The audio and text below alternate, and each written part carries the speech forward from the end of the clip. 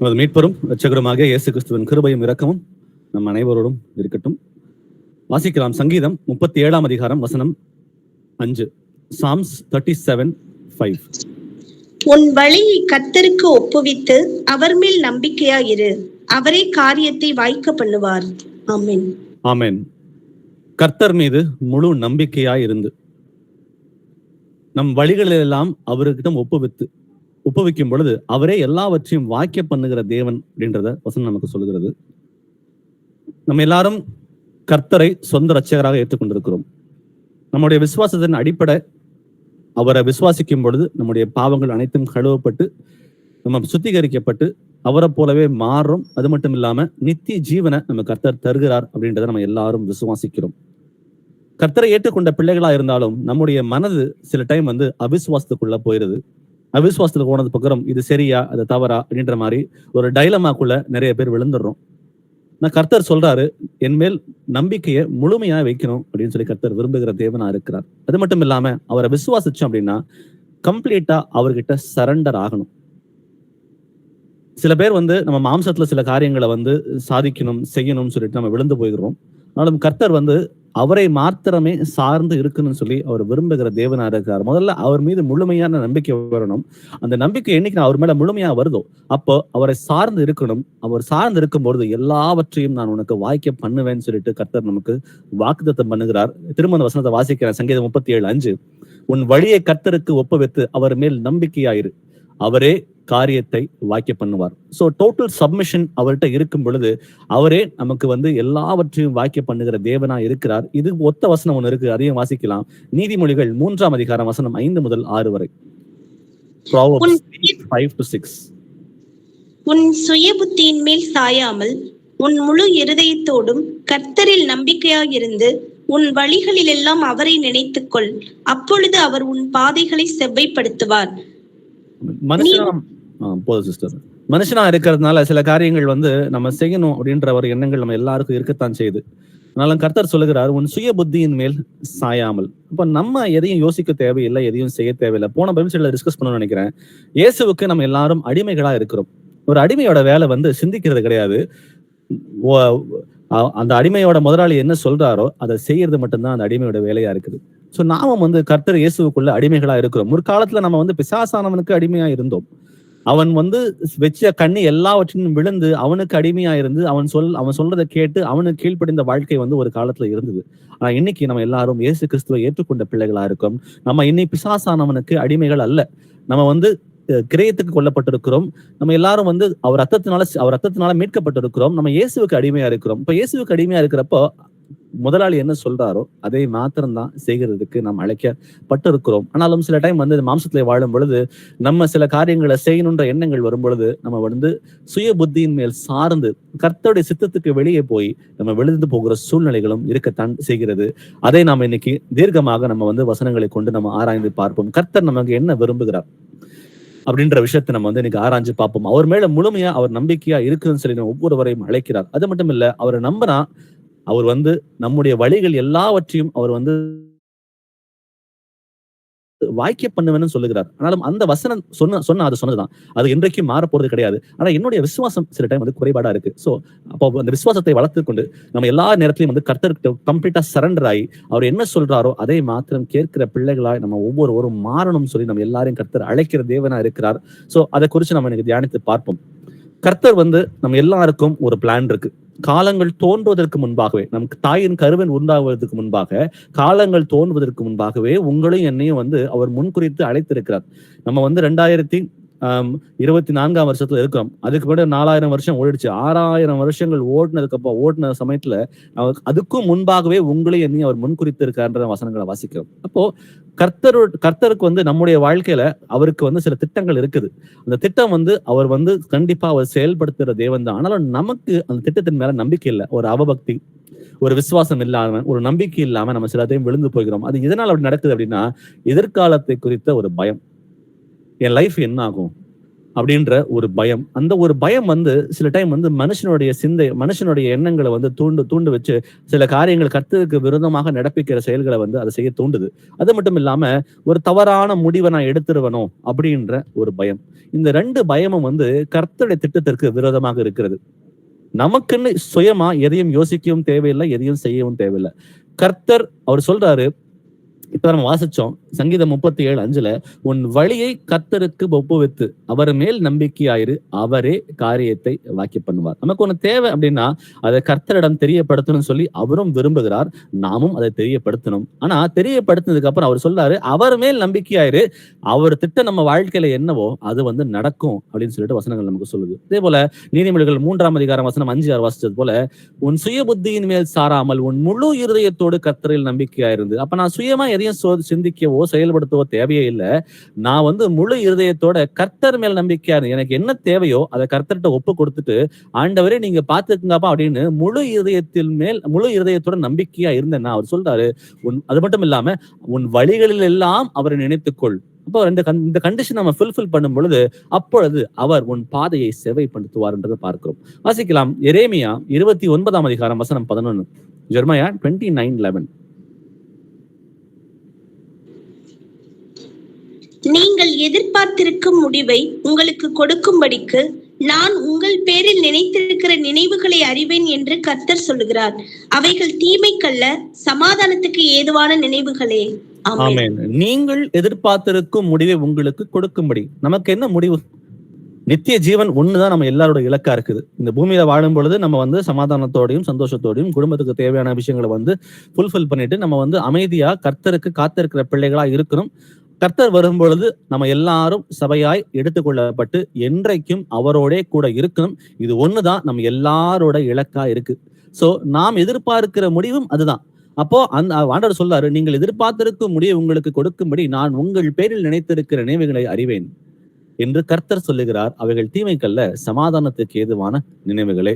அப்போ நம்ம சில காரியங்கள் வந்து இந்த வாழ்க்கையில வாழும் பொழுது சில விஷயங்களை வந்து நம்ம வந்து செய்ய நம்ம வந்து முற்பட்டாலும் கர்த்தருக்குன்னு ஒரு திட்டம் இருக்குது நம்ம வாழ்க்கையில. அந்த திட்டம் வந்து நம்ம தீமைக்காக அல்ல, அது சமாதானத்துக்கு ஏதுவான திட்டங்கள் தான். அதை நம்ம உணரணும். அடிக்கடி பேசுற விஷயம் தான். நான் அடிக்கடி சொல்ற விஷயம், வீட்டுல வந்து இப்ப பிள்ளைங்களும் மனைவி கிட்ட பேசுற காரியங்கள், சபையிலும் டிஸ்கஸ் பண்ற காரியங்கள், இயேசுவோட அனுமதி இல்லாம என் வாழ்க்கையில ஒண்ணுமே நடக்காது. ஏன்னா என்னுடைய சுயாதீனம் என்கிட்ட இல்ல. என் சுயாதீனம் வந்து கர்த்தராக இயேசு கிறிஸ்து கிட்ட இருக்குது. அவர் அனுமதிச்சா அதை செய்வேன், அதை அனுமதிக்கிறேன்னா செய்ய மாட்டேன். அவருடைய எண்ணங்களுக்கு விரோதமாக என் வாழ்க்கையில ஒன்றும் நடப்பிப்பதற்கு நான் தயாராக இல்லை. அப்போ எனக்குன்னு ஒரு திட்டத்தை வச்சிருக்கார். அந்த திட்டத்தை வந்து எக்காரத்தை கொண்டு கர்த்தர் வந்து அதை வந்து ஃபுல்ஃபில் பண்ணதான் செய்வார். ஏன்னா அவர் காலங்கள் தோன்றதுக்கு முன்னாடி முன்குறிச்சு அழைத்திருக்கிறார். அவர் திட்டத்தை வந்து செயல்படுத்துறதுக்கு நான் வந்து முற்படணும். அதுதான் அவர் விரும்புகிற காரியமா இருக்கு. சில டைம் நான் வந்து கேட்காம போனேன்னா என்ன அடிச்சு திருத்தி கூட்டு வரதுக்கும் கர்த்தர் வந்து அவர் வந்து என் மேல் ரொம்ப அன்பு கூறுகிற தேவனா இருக்காரு. எனக்கு மட்டும் இல்ல, அது உங்களுக்கும் சேர்த்துதான். சோ கர்த்தருடைய திட்டங்கள் நம்முடைய வாழ்க்கைக்கு வந்து ஒருபோதும் அது தீமைக்காக அல்ல. மேபி இன்ட்ரீம் பீரியட்ல அந்த ஆலோசனைகள் அவர் நடைமுறைப்படுத்துகிற சில காரியங்கள் நமக்கு வந்து வேதனைகளை உண்டாக்கலாம். ஆனாலும் நித்தியத்துக்கு அது பார்க்கும் பொழுது நம்மளுடைய இருதயத்துக்கு அது சமாதானமான நினைவுகளாக தான் இருக்கும். ஆனா கர்த்தர் வந்து அவர் நம்ம பிள்ளைகளா இருக்கிறோம். எப்படி நம்ம பெற்றோர்கள் வந்து பிள்ளைகளை வந்து கண்மணி போல பாதுகாத்து நடத்தி எல்லா காரியங்களையும் சொல்லிக் கொடுத்து, ஏன்னா பிள்ளை வந்து வளர்ந்து வரும் பொழுது நல்லபடியா இருக்கணுன்றதுக்காக எவ்வளவு எஃபர்ட் எடுத்து பெற்றோர்கள் சொல்லித் தராங்களோ அதை விட அதிகமாக கர்த்தர் நம்ம ஒவ்வொருவரையும் நேசிக்கிற தேவனா இருக்கிறார். அவருடைய நினைவுகள் வந்து வேறையா இருக்கலாம், நம் நினைவுகள் வேறையா இருக்கலாம். பட் அவருடைய நினைவுகள் என்னைக்குமே நமக்கு தீமைக்காக அல்ல, அது சமாதானத்துக்கு ஏதுவான நினைவுகளா தான் இருக்கும். வாசிப்போம் ரோமர்ல 8 வசனம் 28. ரோமன்ஸ் 8:28. அன்றியும் அவருடைய தீர்மானத்தின்படி அழைக்கப்பட்டவர்களாய் தேவனிடத்தில் அன்பு கூறுகிறவர்களுக்கு சகலமும் நன்மைக்கு ஏதுவாக நடக்கிறது என்று அறிந்திருக்கிறோம். இப்பதான் நம்ம டிஸ்கஸ் பண்ணோம். ஆண்டவர் வந்து காலங்கள் தோன்றுவதற்கு முன்பாகவே நம்மை அழைத்தார் அப்படின்னு சொல்லிட்டு. அப்போ அந்த அழைப்பு வசனம் சொல்லுது பாருங்க, அவருடைய தீர்மானத்தின்படி அழைக்கப்பட்டவர்கள் அப்படின்னு சொல்லி பார்க்கிறோம். அப்போ நீங்களும் நானும் உட்காந்துட்டு வசனங்களை வாசிக்கிறது, அதை புரிஞ்சுக்கிறது, அந்த ஞானத்தை கொடுக்கறது, நம்ம அழைத்தது, இது எல்லாமே அது அவருடைய தீர்மானம். இன்னைக்கு நம்ம சத்தியத்தை ஏற்றுக்கொண்டிருக்கிறோம் அப்படின்னா, ஒரு சிறு மந்தையை கூட்டி சேர்ந்திருக்கிறோம் அப்படின்னா, இது நம்முடைய சத்தம் அல்ல, இது முழுக்க முழுக்க கர்த்தருடைய ஈவு, அவருடைய கிருபை. நமக்கு பிச்சை போட்டிருக்காரு. ஏன்னா நம்ம வந்து எல்லாரும் அந்தகாரத்தில் இருந்தோம், பாவமே வாழ்க்கையா வாழ்ந்து கொண்டிருந்தோம், நரகத்துக்காகவே நியமிக்கப்பட்ட ஜனமா இருந்த உங்களை என்னையும் ஒரு அழைப்பித்து அவருடைய தீர்மானத்தின்படி அழைப்பித்து நம்ம வந்து சுத்திகரித்திருக்கிறார். அது மட்டும் இல்ல, அந்த அடுத்த வார்த்தை கவனிங்க, தேவனிடத்தில் அன்பு கூறுகிறவர்களுக்கு அப்படின்னு பார்க்கிறோம். அப்போ தீர்மானத்தின்படி அழைத்த அழைப்பு உண்மை உள்ளதுதான். ஆனாலும் ரொம்ப முக்கியமான வார்த்தை இங்க பார்க்கிறது, தேவனிடத்தில் அன்பு கூறுகிற பிள்ளைகளா நாம இருக்கணும். அவர் அழைத்த அழைப்பு உண்மை உள்ளது, நம்ம கண்டிப்பா பரலோகத்துக்கு போயிடுவேன்ற ஒரு தவறான எண்ணங்கள் நமக்கு வேண்டாம். ரொம்ப ஒரு கண்டிஷன் ஆண்டவர் வைக்கிறார் இந்த இடத்துல. அவரிடத்தில் அன்பு கூறுகிற பிள்ளைகளா இருக்கணும். அன்பு கூறுறதுனா என்ன? என்னை அன்பு செய்கிறாயா, என் கட்டளைகளை கைக்குள் அப்படின்றாரு. அப்போ அவர் தீர்மானத்தின்படி அழைக்கப்பட்ட பிள்ளைகள், அவரை அன்பு கூறுகிற பிள்ளைகள், அவருடைய கட்டளைகளுக்கு கடைபிடிக்கிற பிள்ளைகளுக்கு என்ன நடக்குமான வசனத்தின்படி சகலமும் நன்மைக்கு ஏதுவாக நடக்கிறது என்று அறிந்திருக்கிறோம். அப்போ நம்ம வாழ்க்கையில சில காரியங்கள் நீங்களும் நானும் யோசிச்சது நடக்காம போச்சு அப்படின்னா நமக்கு துக்கப்பட தேவையில்லை. ஏன்னா அது வந்து தேவனுடைய தீர்மானத்தின்படி அல்ல. நம்ம எல்லாரும் தேவனை அன்பு கூறுகிற பிள்ளைகள் தான். அவருடைய கற்பனைகளை தேடி வாசித்து அவருக்கு என்ன பிடிக்கும் என்ன பிடிக்காதுன்னு தெரிஞ்சு அதை மாத்திரம் நம்ம வாழ்க்கையில் நடப்பிக்கிற பிள்ளைகள் தான். அப்போ அப்பேற்பட்ட பிள்ளைகளா இருக்கிற நாம, அவர் சொல்றாரு, அவருடைய தீர்மானத்தின்படி அழைக்கப்பட்ட பிள்ளைகளா இருக்கிற நாம், அவரை அன்பு கூறுகிற பிள்ளைகளா இருக்கிற நாம், நம்முடைய வாழ்க்கையில கண்டிப்பா எது நடந்தாலும் அது நன்மைக்கு ஏதுவாக தான் நடக்கும்ன்றதை இந்த வசனம் நமக்கு ஆணித்தனமாக உணர்த்துகிறது. அதை நம்ம விசுவாசிச்சா போதும், ஆட்டோமேட்டிக்கா நம்முடைய செய்கைகள் நடைமுறைகள் எல்லாமே மாற ஆரம்பிக்கும். வாசிக்கலாம் பிலிப்பியர்ல 4ஆம் அதிகாரம் வசனம் 6 முதல் 7 வரை. Philippians 4:6-7. நீங்கள் கவலைப்படாமல் எல்லாவற்றையும் குறித்து உங்கள் விண்ணப்பங்களை ஸ்தோத்திரத்தோட கூடிய ஜெபத்தினாலும் வேண்டுதலினாலும் தேவனுக்கு தெரியப்படுத்துங்கள். அப்பொழுது எல்லா புத்திக்கும் மேலான தேவ சமாதானம் உங்கள் இருதயங்களையும் உங்கள் சிந்தைகளையும் கிறிஸ்து இயேசுவுக்குள்ளாக காத்துக்கொள்ளும். ஆமென், ஆமென். நீங்கள் ஒன்றுக்கும் கவலைப்படாமல் எல்லாவற்றையும் குறித்து உங்கள் விண்ணப்பங்களையும் ஸ்தோத்திரத்தோட கூடிய ஜெபத்தினாலும் வேண்டினாலும் தேவனுக்கு தெரியப்படுத்துங்கள். இப்பதான் நம்ம வந்து பார்த்தோம், கர்த்தருக்கு திட்டங்கள் வந்து நம்ம வாழ்க்கையில சிலது இருக்குது. ஆனா நம்ம அதோட ஏன் ஒத்து போக முடியலன்னா, நமக்கு ஒரு எதிர்காலத்துல ஒரு பயம். கர்த்தர் வந்து எல்லாவற்றையும் நேர்த்தியாய் செய்து முடிக்கிற தேவன். நம்ம அர்ஜென்சிக்கெல்லாம் அவர் எதுவும் செய்ய மாட்டாரு. அவருக்கு சில காலங்கள் இருக்கு, சில டைம் ஃப்ரேம் இருக்கு. அந்த டைம் ஃப்ரேம்குள்ள வந்து நமக்கு சில எது தேவை எது தேவையில்லைன்னு சொல்லிட்டு நமக்கு அதை வந்து கொடுக்கிற தேவன் தான். ஆனா நமக்கு அந்த பொறுமை வந்து சில டைம் இல்லை. என்னடா இது, என் வாழ்க்கை மாறவே மாட்டேங்குது, என்னடா இது இன்னும் கஷ்டமாவே இருக்குதுன்னு சொல்லிட்டு நம்ம என்ன பண்றோம்னா, இயேசுவின் திட்டத்துக்கு விரோதமாக சில காரியங்கள் நடப்பிக்க ஆரம்பிச்சிடறோம். அப்பதான் அந்த எதிர்காலத்துக்குரிய பயங்கள் வருது. ஒரு தவறான முடிவை எடுத்துருவோம்ன்ற ஒரு பயம் வருது. எடுத்துட்டு பின்னாடி வந்து வருத்தப்படுகிற சூழ்நிலையும் இருந்து கொண்டிருக்கிறது. அதனால ஆண்டவர் சொல்றாரு, நீங்கள் ஒன்றுக்கும் கவலைப்படாமல் அப்படின்னு சொல்றாரு. நம்ம எதுக்காக கவலைப்படணும்? என்னோட வாழ்க்கை வந்து கர்த்தர் கையில இருக்கு அப்படின்ற விசுவாசம் என்கிட்ட இருந்துச்சு அப்படின்னா நான் எதை குறிச்சு நான் கவலைப்படணும்? அப்போ நான் இன்னும் கவலைப்படுறேன் அப்படின்னா என்னுடைய வாழ்க்கை இன்னும் கர்த்தரோட கையில இல்ல, இன்னும் என் கையில தான் இருக்குது. அதனாலதான் நான் வந்து ஒவ்வொரு நாளும் இன்னும் கவலைப்பட்டு கொண்டே இருக்கிறேன். இப்பதான் நம்ம வாசிச்சோம் ரோமர்ல 8:28. அன்றியும் அவருடைய தீர்மானத்தின்படி அழைக்கப்பட்டவர்கள், அவரை அன்பு கூறுகிற பிள்ளைகள், நம்முடைய வாழ்க்கையில எல்லாமே நன்மைக்கு ஏதுவாக தான் நடக்கும். ஒருவேளை நம்ம வந்து அவரை அன்பு கூறுகிற பிள்ளைகளா இல்லாம இருந்தோம் அப்படின்னா, அவருடைய கட்டளைகளுக்கு கை கொள்ளாத பிள்ளைகளா இருந்தோம்னா இந்த வசனம் நமக்கு பலிக்கிறதுக்கு வாய்ப்பு இல்லை. அவர் அழைத்த அழைப்பு உண்மைகளுதான். அப்போ அவர் கட்டளைக்கு கீழ்ப்படியும் பொழுது மட்டும்தான் எனக்கு வாழ்க்கையில எல்லாமே வந்து நன்மைக்கு ஏதுவாக நடக்குது. சோ பிலிப்பியர் 4ஆம் அதிகாரம் வசனம் 6-7 சொல்றது போல, அப்பொழுது எல்லா புத்திக்கும் மேலான தேவ சமாதானம் உங்கள் இருதயங்களையும் உங்கள் சிந்தைகளையும் கிறிஸ்து இயேசுவுக்குள்ளாக காத்துக்கொள்ளும்.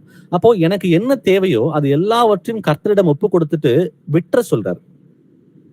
அதை பத்தி அதிகமா நான் யோசித்து சிந்திச்சு செயல்பட தேவையே இல்லை. ஏன்னா உங்களுக்கு என்ன தேவைன்னு நமக்கு தெரியறதை விட கர்த்தர் எல்லாவற்றையும் அறிந்த தேவனா இருக்கிறார். சோ கவலைப்படுகிறதுனாலே உங்கள் எவனாகிலும் ஒரு முழம் கூட்டவோ ஒரு முழம் குறைக்கவோ முடியாது. கருமையானதை வெள்ளையாவோ வெள்ளையானதை கருமையாவோ உங்களால மாத்த முடியாதுன்னு சொல்றாரு. அப்ப நம்ம எதுக்கு கவலைப்படணும்?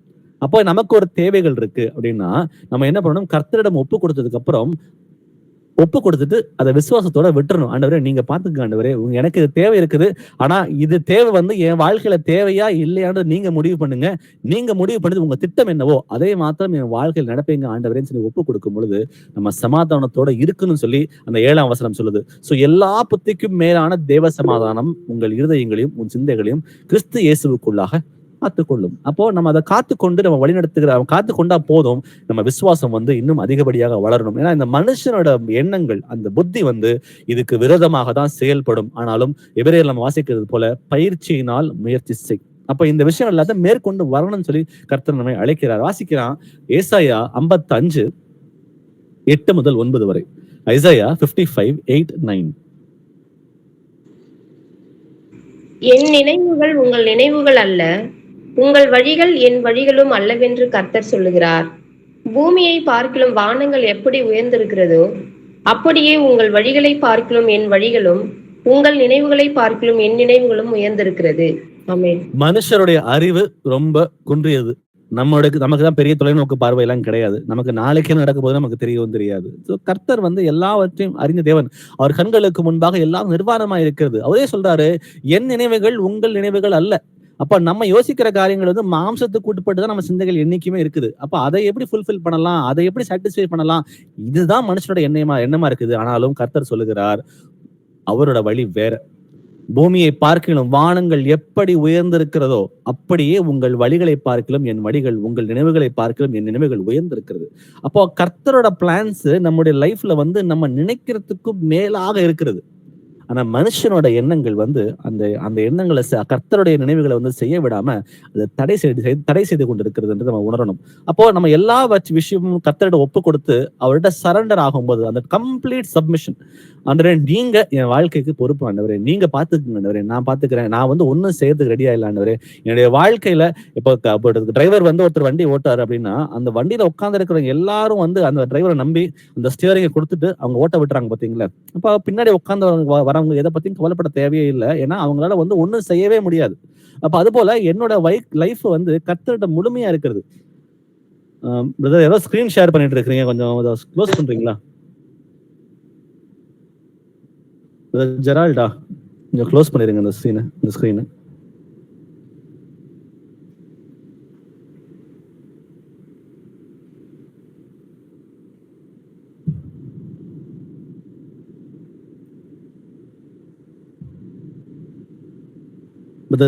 ஜெரால்டு கொஞ்சம் ஸ்கிரீனை கொஞ்சம் ஆஃப் பண்ணிக்கங்க, ஸ்கிரீன் ஷேர் ஆயிட்டு இருக்கு. ஓகே, வாசிக்கலாம். 1 யோவான் 5:3, 1 John 5:3.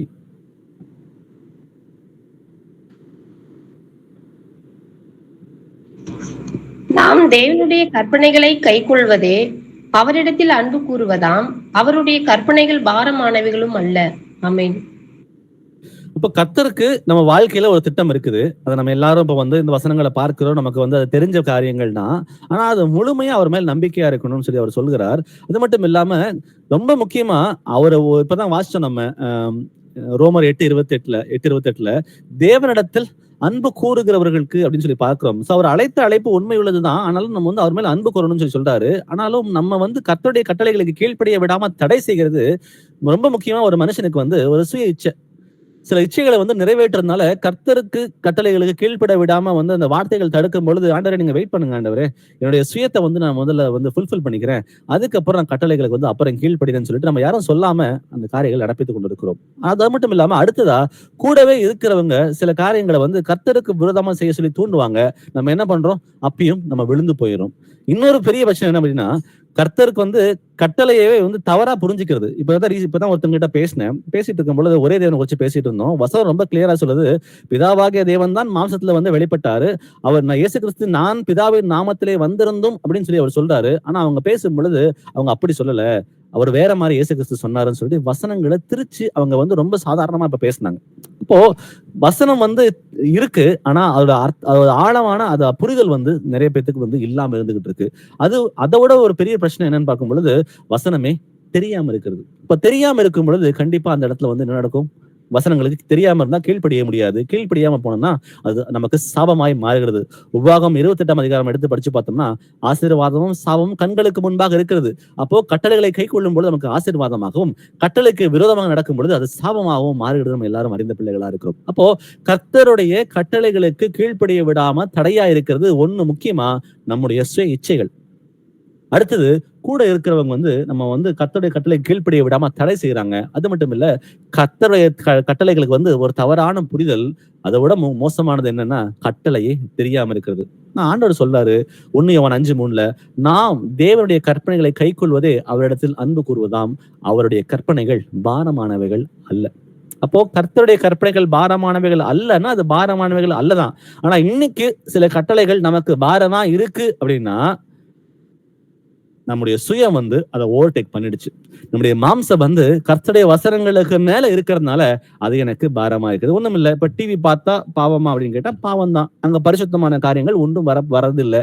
அது வந்து அசிங்கமான காரியங்கள் தான் வருது. அது அசிங்கமான காரியங்கள் வந்து இருதயத்துக்குள்ள போகும் பொழுது நம்ம எண்ணங்கள் பூரா அது ஓட்டமாவே இருக்குது. அப்ப அதை போலவே நம்ம செயல்பட ஆரம்பிக்கிறோம். அப்போ நம்ம ஏன் டிவி பார்க்கறத விட முடியலன்னா, என்னோட சுய இச்சை. இதை பார்க்கணும், டிவிஸ் பார்க்கணும், டைம் அதுல ஸ்பெண்ட் பண்ணணும், சினிமா பார்க்கணும், சினிமா பாட்டுகள் கேட்கணும். என் இதயம் வந்து முழுமையே அதில் லைத்திருக்கிறது. அது லைத்திருக்கிறதுனால வந்து கர்த்தருடைய கட்டளைகள் வந்து எனக்கு ரொம்ப பாரமா இருக்குது. என்னடா, ஒரு சினிமா பார்த்தா தப்பா, ஒரு நாடகம் பார்த்தா தப்பா, ஒரு சினிமா பாட்டு கேட்டா தப்பா அப்படின்ற அளவுக்கு என்ன பண்றாங்க, கர்த்தருடைய கட்டளைகளை கைக்கொள்ள விடாம அது ரொம்ப பாரமாய் இருக்கிறது. ஆனா மாம்சத்தை வேலை இச்சையை வச்சு நம்மளால பரலோகம் போக முடியுமா? கண்டிப்பா பரலோகம் போக முடியாது. நம்மை நாமே வஞ்சித்துக் கொண்டிருக்கிற சூழ்நிலைகள் தான். அப்போ கர்த்தருடைய கற்பனைகள் பாரமானவைகள் அல்ல அப்படின்னா அது பாரமானவைகள் அல்லதான். அப்போ என் வாழ்க்கையில கர்த்தருடைய கட்டளைகளை வந்து நடப்பிக்க விடாம தடையா சில காரியங்கள் இருக்கு, இந்த கர்த்தருடைய வார்த்தை என் வாழ்க்கையில பாரமா இருக்கு அப்படின்னா, அப்போ நாம வந்து இன்னும் இச்சைக்குள்ள இருக்கிறோம். என் சுயத்தை இன்னும் நம்ம மேற்கொள்ளாம இருக்கிறோம். இல்ல கூட இருக்கிறவங்க வந்து நமக்கு வந்து அழுத்தம் கொடுக்குறாங்க, நம்ம வந்து மனம் மாறாம இருக்கிறதுக்கு. அதுல கர்த்தருடைய வசனங்கள் நம்ம தவறான புரிதல் இருக்குது. இல்ல நமக்கு எதுவும் வசனமே தெரியாம இருக்கின்ற விஷயங்களை புரிஞ்சுக்கிட்டு கர்த்தருடைய கட்டளைகளை வந்து நம்ம வந்து அன்போட அதை கை கொள்றதுக்கு நம்ம வந்து கர்த்தர் அழைக்கிற தேவனா இருக்கிறார். வாசிப்போம் 1 சாமுவேல் 15ஆம் அதிகாரம் வசனம் 22. அதற்கு சாமுவேல், கர்த்தருடைய சத்தத்திற்கு கீழ்ப்படுகிறதை பார்க்கிலும் சர்வாங்க தகனங்களும் பலிகளும் கர்த்தருக்கு பிரியமா இருக்குமோ? பலியை பார்க்கிலும் கீழ்ப்படிதலும் ஆட்டுக்கடாக்களின் நினத்தை பார்க்கிலும் செவி கொடுத்தலும் உத்தமம். ஆமென். ஆமென். பழைய ஏற்பாட்டுல சர்வாங்க தகனங்களும் பலிகளும் வந்து கர்த்தர் தான் அவர் தான் வந்து இதை செய்ய சொல்றாரு. அப்ப நீங்க வருஷத்துக்கு மாமலைங்க எல்லாம் கிளம்பி வாங்கப்பா எருசலேமுக்கு வந்து நீங்க பலி கொடுங்கப்பா, அப்பதான் உங்கள் பாவங்கள் நிவர்த்தி செய்யப்படும் சொல்லிட்டு இந்த கட்டளைகளை கொடுத்ததே கர்த்தர் தான். ஆனா கட்டளை கொடுத்த கர்த்தரை சொல்றாரு, கர்த்தருடைய சத்தத்திற்கு கீழ்ப்படிவதை பார்க்கிலும் சர்வாங்க தகனங்களும் பலிகளும் அவருக்கு பிரியமா இருக்குமோ? பலியை பார்க்கிலும் கீழ்ப்படிதலும் ஆட்டுக்கிடாக்களின் இனத்தை பார்க்கிலும் செவி கொடுத்தலும் உத்தமம் அப்படின்றாரு. அப்போ பாவம் செஞ்சுட்டு பாவ அறிக்கை செய்யறது வந்து கர்த்தருக்கு விருப்பமே இல்ல. பாவம் செஞ்சுட்டு போய் ஆடையோ மாடையோ பலி கொடுக்கறது கர்த்தருக்கு விருப்பமே இல்ல. அவருடைய சத்தத்துக்கு செவி கொடுக்கிற பிள்ளைகளா இருந்து, அப்ப வந்து நீங்க இடபுறமோ வலபுறமோ நீங்கள் சாயும் பொழுது ஒரு சத்தம் கேட்கும் அப்படின்றாரு. பரிசுத்தாய் உள்ள வரும் பொழுது பாவத்தை குறித்தும் நீதியை குறித்தும் நியாய தீர்ப்பை குறித்தும் கண்டித்து உணர்த்துவேன் என்றாரு. அப்போ அவர் நமக்குள்ள என்றைக்கும் வாசம் பண்ணுகிற தேவன் தான். நான் உங்களுக்குள்ளே வாசம் பண்ணி உங்களுக்குள்ளே உலாவுவேன் என்றாரு. பழைய ஏற்பாட்டுல இருந்து அநேக பேருக்கு கிடைக்காத அந்த ஒரு பாக்கியம் நமக்கு புதிய ஏற்பாடு கிறிஸ்தவர்களுக்கு ஒவ்வொருவருக்கும் கர்த்தராக இயேசு கிறிஸ்துவை சொந்த ரட்சகராக ஏற்றுக்கொண்ட ஒவ்வொருவருக்குள்ளும் வந்து வானத்தையும் பூமியும் உண்டாக்குற சர்வ வல்லமையுள்ள தேவனுடைய ஆவியானவர் வாசமா இருக்கிறார். அவர் வாசமா இருந்து நமக்கு பாவம் செய்ய விடாம நம்ம கண்டித்து உணர்த்தி கொண்டே இருக்கிறார். அப்ப அவர் உணர்த்தும் பொழுது அந்த சத்தத்தை கேட்கிறோமா? அதுதான் 1 சாமுவேல் 15:22 சொல்றது, கர்த்தருடைய சத்தத்துக்கு கீழ்ப்படிவதை பார்க்கிலும் சர்வாங்க தகனங்களும் பலிகளும் கர்த்தருக்கு பிரியமா இருக்குமோ? பலியை பார்க்கிலும் கீழ்ப்படிதலும் ஆட்டுக்கிடாக்களின் இனத்தை பார்க்கிலும் செவி கொடுத்தலும் உத்தமம். இப்ப கர்த்தருக்கு கீழ்ப்படித்தா மட்டும்தான் நமக்கு பரலோகம். கர்த்தருக்கு கீழ்ப்படியல அப்படின்னா நமக்கு பரலோகம் கிடையாது அப்படின்றத நம்ம பார்க்கிறோம். அவரே சொல்றாரு, உன் சுய புத்தியின் மேல் சாராத, என்ன மட்டும் நம்பு, உன் வழிகளை என்கிட்ட ஒப்புவி, நான் உன்னை பாத்துக்கிறேன், என் நினைவுகள் வேற உன் நினைவுகள் வேற, என்னோட நினைவுகள் வந்து வான பரியந்தம் உயர்ந்திருக்கிறது, உன்னுடைய எண்ணங்கள் அப்படி கிடையாதுன்னு சொல்லி கர்த்தர் சொல்லுகிறார். அப்போ நம்ம எல்லாவற்றிலையும் வந்து அவரை மாத்திரம் சார்ந்திருந்து, ஆண்டவரே நீங்க என் வாழ்க்கையை வந்து எடுத்து நடத்துங்க ஆண்டவரே, எனக்குன்னு சுயமா எதுவும் இல்லப்பா, நீங்க சொல்லுங்க, அதை நான் மட்டும் கீழ்ப்படுகிறேன்னு சொல்லிட்டு அடிமையை போல வாழுகிற வாழ்க்கையை தான் கர்த்தர் விரும்புகிற தேவனா இருக்கிறார். கர்த்தருக்கு அடிமையா இருக்கிறது எவ்வளவு பெரிய ஒரு சந்தோஷமும் ஒரு பாக்கியமான காரியம். பிசாசுக்கு அடிமையா இருந்த காலகட்டத்துல வந்து பாவமே வாழ்க்கையை வாழ்ந்தோம். ஆனா இன்னைக்கு நம்ம கர்த்தருக்கு அடிமையா இருக்கிறோமே. அப்போ அவர் என்ன சொல்றாரோ அதை மாத்திரம் கேட்டு நம்ம நடக்கும் பொழுது அவருக்கு பிரியம் உண்டாக நம்ம வாழ்க்கையில் நிறைய காரியங்களை நம்மளால செய்ய முடியும். வாசிக்கலாம் யாக்கோபுல 1ஆம் அதிகாரம் வசனம் 22. ஜேம்ஸ் 1:22. அல்லாமலும் நீங்கள் உங்களை வஞ்சியாதபடிக்கு திருவசனத்தை கேட்கிறவர்களாய் மாத்திரமல்ல, அதன்படி செய்கிறவர்களாயும் இருங்கள். ஆமென். திருவசனத்தை கேட்கிறவர்களாய் மாத்திரமல்ல, நமக்கு வசனங்கள் நிறைய வசனங்கள் போகுது.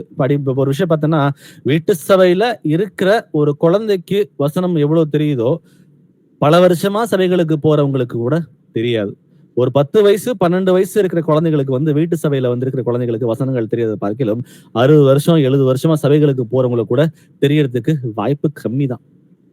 வசனம் தெரியறது கூட அது ஒரு பக்கம் இருந்தாலும் அந்த வசனத்தோட அர்த்தங்களை தெரியறதுக்கு ரொம்ப கம்மியா தான் இருக்கு. இன்னைக்கு நம்ம வீட்டுல கொடுக்கிற குழந்தைகளுக்கு கூட அவ்வளவு வசனங்கள் போயிருக்கு. அப்போ குழந்தைகளுக்கே கூட போயிருக்கு அப்படின்னா பெரியவங்க நமக்கு நிறைய வசனங்கள் உள்ள போயிருக்கு. ஆனாலும் இந்த வசனத்தை கேட்க விடாம தடை செய்கிறது என்ன? சத்துருவோட கிரியைகள் சிலர் அந்த வசனங்களை கீழ்ப்பட விடாம தடை செய்து கொண்டுதான் இருக்கிறது. ஏன்னா அந்த மாம்சத்தின் இச்சை, கண்களின் இச்சை, ஜீவனத்தின் பெருமை வசனத்துக்கு கீழ்ப்படிய விடாமல் தடை செய்து கொண்டிருக்கிறது. அது ரொம்ப முக்கியமான வார்த்தை இங்க, வஞ்சியாதபடிக்கு. அந்த வார்த்தையை நம்ம வாசிக்கும் பொழுது, அடிக்கடி வாசிக்கும் பொழுது நானே என்னதான் இது பார்ப்பேன், இங்கேயாவது நான் வஞ்சிக்கப்பட்டிருக்கிறேன்னா? வசனம் தெரியுது, ஆனா வசனத்தை கீழ்ப்படியாம இருக்கணும் அப்படின்னா அந்த வசனத்துக்கு என் மேல எனக்கு கீழ்ப்படியலைன்னா அப்ப நான் இங்கே வஞ்சிக்கப்பட்டிருக்கிறேன், இங்க வஞ்சிக்கப்பட்டிருக்கேன்னு சொல்லிட்டு நம்ம ஆராய்ஞ்சு பார்க்கிற சூழல் நம்ம ஒவ்வொருத்தருக்கும் வரணும். வஞ்சனை என்ன, நான் ஏமாந்து போயிட்டேன் அப்படின்னு தெரியாமலே ஏமாந்து போயிருக்கிறது தான் வஞ்சனை. அப்போ வஞ்சிக்கப்பட்டு ஒருத்தங்க இருக்கிறாங்க அப்படின்னா அவங்களுக்கு யாராவது சொல்லணும், இல்ல தான் வசனங்களை வாசிக்கும் போது வசனம் கண்ணு திறக்கணும். அப்போ இல்லைன்னா அவங்க ஏமாந்து போய் நரகத்துக்கு போகிற சூழ்நிலை வந்துடும். அப்போ வசனத்தை நமக்கு நிறைய வசனங்கள் போகுது. அடிக்கடி சொல்ற விஷயம் தானே. நமக்கு ஒரு பைபிள் ஸ்டடி எடுத்தோம் அப்படின்னா, இப்ப இன்னைக்கு நான் ஒரு 30 வசனம் எடுத்திருக்கிறேன் இன்னைக்கு. அப்போ இது போல ஒவ்வொரு சகோதரனும் பேசும்பொழுது ஒரு 30 வசனம் பேசுறாங்க. அப்போ 30 வசனம் ஒரு 6 நாள்ல போகுது. அது மட்டும் இல்லாம பைபிள் ஸ்டடி சண்டே நடக்கும் பொழுது பைபிள் ஸ்டடியில கிட்டத்தட்ட ஒரு 80 வசனமாவது குறைஞ்சபட்சம் இருக்கும். அப்ப நீங்க பைபிள் வாசிக்கிறீங்க, ஒரு நாளைக்கு 1 மணி நேரம் 2 மணி நேரம் வசனங்களை வாசிக்கிறீங்க. அப்ப இவ்வளவு வசனங்கள் உள்ள போது அந்த வசனங்களை ஆராய்ந்து பார்த்து இந்த வசனம் என் வாழ்க்கையில ஏதாவது மாற்றத்தை கொண்டு வரதுக்கு கர்த்தர் என்று நீங்க பேசுறாரா, இல்ல ஒரு மாற்றமும் இல்ல அப்படின்னு நிதானித்து பார்த்துட்டு சந்தோஷத்தோட அடுத்த வசனம் எனக்கு பேசும் பொழுது இந்த வசனத்தை என் வாழ்க்கையில ஏதாவது மாற்றத்தை கொண்டு வருதா அப்படின்னு நிதானித்து பார்த்து நம்ம வந்தோம் அப்படின்னா கண்டிப்பா நம்ம ஒரு காலம் வஞ்சிக்கப்படுறதுக்கு வாய்ப்பே இல்லை. கர்த்தருடைய வசனங்களை ரொம்ப அன்போட கை கொள்ளுகிற பிள்ளைகளா நம்ம ஒவ்வொருவரும் மாறும். லூக்கா 6:46 வாசிக்கலாம். லூக் 6:46. என்னை ஆண்டவரே ஆண்டவரே என்று நீங்கள் சொல்லியும் நான் சொல்லுகிறபடி நீங்கள் செய்யாமல் போகிறது என்ன? ஆமென். இந்த வார்த்தையை ஆண்டவர் ஆகிய இயேசு கிறிஸ்து பேசுகிறார். இன்னைக்கு உங்ககிட்ட பேசுறாரா அப்படின்னு நிதானித்து பாருங்களேன். அப்போ நாம எல்லாரும் கர்த்தரே இயேசுவேன்னு சொல்லிட்டு ஆர்வமா எல்லாரும் ஓடுகிற பிள்ளைகள் தான். 99% எல்லாவற்றிலும் விட்டு ஒழித்து கர்த்தருக்கு எது பிரியமோ அதை மாத்திரம் செய்யணுன்ற அந்த வைராக்கியத்தோட நம்ம எல்லாரும் கிளம்பி நீங்க நின்று இருக்கிறோம். நம்ம எல்லாரும் மற்ற விசுவாசிகளை போல மற்ற கட்டட சபையில இருக்கிறவங்களை போல நம்ம யாரும் கிடையாது. ஏசப்பாக்கு இது பிடிக்கும், இது பிடிக்காது, அதை பிடிச்சதை மட்டும்தான் நான் என் வாழ்க்கையில செய்வேன்ற உறுதியோட நம்ம எல்லாரும் இருந்து கொண்டு இருக்கிறோம். அப்போ நம்ம எல்லாரும் கர்த்தரை நோக்கி ஆண்டவரே இயேசுவேன்னு சொல்லுகிற பிள்ளைகள் தான். ஆனா இந்த வசனம் சொல்றது போல ஆண்டவரே ஆண்டவரே என்று நீங்கள் சொல்லியும் நான் சொல்லுகிறபடி நீங்கள் செய்யாமல் போகிறது என்ன? எங்கேயாவது இன்னும் நம்ம கர்த்தருக்கு பிரியம் இல்லாமல் நம்ம ஏதாவது செய்கிறோமா? அவரு விரும்புகிறது 100% கீழ்ப்படிதல். 99%, 98%, 95% அவர் எதிர்பார்க்கல. அவர் விரும்புகிறது 100% அவர் விரும்புகிறது கீழ்ப்படிதல். அப்போ நம்ம எல்லாரும் பிரயாசப்படுகிறோம், ஆசைப்படுகிறோம், இல்லைன்னு சொல்லவே முடியாது. ஆனா நம்ம வஞ்சிக்கப்பட்டிருக்கிறோமா அப்படின்னு நிதானித்து பாருங்க. ஏன்னா வஞ்சிக்கப்பட்டிருந்தா மட்டும்தான் கர்த்தருடைய கற்பனைகளை கீழ்ப்படிய விடாம சில தடைகள் நம்ம வாழ்க்கையில வரும். நம்ம புரிஞ்சுக்காம சில பாவங்களை செஞ்சிடறோம். ஆனாலும் எல்லாவற்றையும் நம்ம சோதித்து அறிந்து கரெக்டா இருக்கிறோமான நிதானித்து அறிஞ்சா மட்டும்தான் பரிசுத்தமா இருக்கிறவன் மேலும் பரிசுத்தமாகட்டும். இந்த வார்த்தையை ஒவ்வொரு பைபிள் ஸ்டடியிலையும் ஒவ்வொரு சகோதரனும் பேசுகிற வார்த்தை தான். அப்போ பரிசுத்தமா இருக்கிறவன் மேலும் பரிசுத்தமாகட்டும். அப்போ நான் இன்னைக்கு பரிசுத்தமா இருக்கிறேன், நாளைக்கு இன்னும் பரிசுத்தமா மாறணும், நாளைக்கு இன்னும் பரிசுத்தமா மாறணும்னு சொல்லிட்டு ஒவ்வொரு நாளும் நம்மை நாமே நிதானித்து அறிந்து வஞ்சிக்கப்படாமல் நம்ம கர்த்தருக்கே பிரியம் உண்டாக சில காரியங்களை வாழ்க்கையில் நடப்பிக்கணும். வாசிக்கலாம் மத்தேயு 7:21. Matthew 7:21. பரலோகத்தில் இருக்கிற என் பிதாவின் சித்தத்தின்படி செய்கிறவனே பரலோக ராஜ்யத்தில் பிரவேசிப்பானே அல்லாமல் என்னை நோக்கி கர்த்தாவே கர்த்தாவே என்று சொல்லுகிறவன் அதில் பிரவேசிப்பதில்லை. நம்ம ஆரம்பத்துல வாசிச்சோம் பாத்தீங்கன்னா நீதிமொழிகள்ல, மனுஷனே உன் சுய புத்தியின் மேல் சாராமல். அப்போ சுய புத்தியை நம்ம பயன்படுத்தவே கூடாதுன்னு சொல்லி ஆண்டவர் சொல்றார். நமக்கு என்ன தேவைகள் இருந்தாலும் எல்லா தேவையும் கர்த்தரிடத்துல ஜெபத்தின் மூலமா நம்ம ஒப்பு கொடுக்கணும்னு சொல்லி அவர் விரும்புகிறார். ஒப்பு கொடுத்ததுக்கு அப்புறம் எல்லா புத்திக்கும் மேலான தேவ சமாதானம் உங்க இருதயங்களும் சிந்தைகளையும் ஆழக்கடவுதுன்னு நம்ம பார்க்கிறோம். அப்போ அப்போ அவர் பொறுப்பெடுத்துக்கிட்டாருன்னா அவர் கண்டிப்பா அதை செய்து முடிப்பார். அதே போல வசனம் சொல்லுது, பரலோகத்தில் இருக்கிற என் பிதாவின் சித்தத்தின்படி செய்கிறவனே பரலோக ராஜ்யத்தில் பிரவேசிப்பானே அல்லாமல் என்னை நோக்கி கர்த்தாவே கர்த்தாவே என்று சொல்லுகிறவன் பிரவேசிப்பதில்லை. நம்ம எல்லாரும் கர்த்தாவே கர்த்தாவேன்னு கூப்பிடுற பிள்ளைகளா இருக்கிறது கர்த்தருக்கு பிரியமே இல்லை. அவருடைய சித்தத்தின்படி மாத்திரம் செய்யதான் நம்ம ஒவ்வொரு வழியும் அழைக்கிறார். அப்போ நான் என் வாழ்க்கையில நடப்பிக்கிற ஒவ்வொரு விஷயமும், நான் கண்ணு சிமிட்டுறதும் சரி, நான் வாயை திறக்கிறதும் சரி, நான் மூச்சு விடுறதும் சரி, நான் காதுல கேட்கறதும் சரி, எல்லாமே கர்த்தருடைய சித்தத்தின்படி இருக்கிறதா? ஏன்னா 6 நாள் வேலைக்கு போகிறோம், 1 நாள் சபை கூடுதல் பண்றோம், 24 மணி நேரத்துல 1 மணி நேரம் பைபிள் ஸ்டடிக்கு செலவு பண்றோம். மிச்சம் இருக்கிற டைம் ஒரு 1 மணி நேரம் பைபிள் வாசிக்கிறோம், இல்ல ஒரு 1 மணி நேரம் ஜெபம் பண்றோம். மிச்சம் இருக்கிற அந்த 20 மணி நேரம் வச்சுக்கலாம். அந்த 20 மணி நேரத்துல ஒரு 6-7 8 மணி நேரம் நம்ம தூங்கிடுறோம். அப்ப மிச்சம் இருக்கிற அந்த 12 மணி நேரமும் நம்ம கர்த்தரோடவே சஞ்சரிக்கிறோமா, இது உலகத்தோட நம்ம இருக்கிறோமா? உலகத்துக்கு ஒத்த வேஷம் தரிக்கும் பொழுது நமக்கும் கர்த்தருக்கும் ரொம்ப ஒரு பெரிய பிரிவினை வந்துருது. அந்த 12 மணி நேரமும் நான் செய்கிற எல்லாவற்றுக்கும் இயேசுவே நான் செய்யலாமா, இது வேண்டாமா, இது சொல்லுங்கப்பா, நீங்க சொல்லுங்கப்பா, நான் செய்யறேன்னு சொல்லிட்டு ஒவ்வொரு விஷயத்தையும் அவரோட சேர்ந்து அவர் நமக்குள்ள தானே இருக்கிறார். அவரோட அவர் ஆலோசனைகளை கேட்டு அவரோட பழைய ஏற்பாட்டுல வாசிக்கிற பாத்தீங்களா, நோவா, அப்ப ஏனோக்கு, ஆதாம், இவங்க எல்லாருமே தேவனோட சஞ்சரித்தார்கள் அப்படின்னு பார்க்கிறோம்.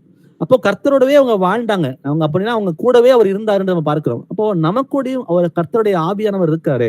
அப்ப நம்ம செய்கிற ஒவ்வொரு காரியத்திலையும் ஆண்டவர் இதை செய்யட்டுமா, இது வேணாமா, நீங்க சொல்லுங்கப்பா, உங்களுக்கு பிடிக்குமா, அது பிடிக்காதா அப்படின்னு நம்ம கேட்டு செய்யும் பொழுது நம்ம இந்த வசனம் சொல்லுது போல கர்த்தாவே கர்த்தாவேன்னு சொல்லுகிற பிள்ளைகள் மாத்திரமல்ல, அவருடைய சித்தத்தின்படி செய்கிற பிள்ளைகளா இருந்து பரலோக ராஜ்யத்துக்கு கண்டிப்பா போகிற பிள்ளைகளா நம்ம ஒவ்வொருவரும் இருப்போம்.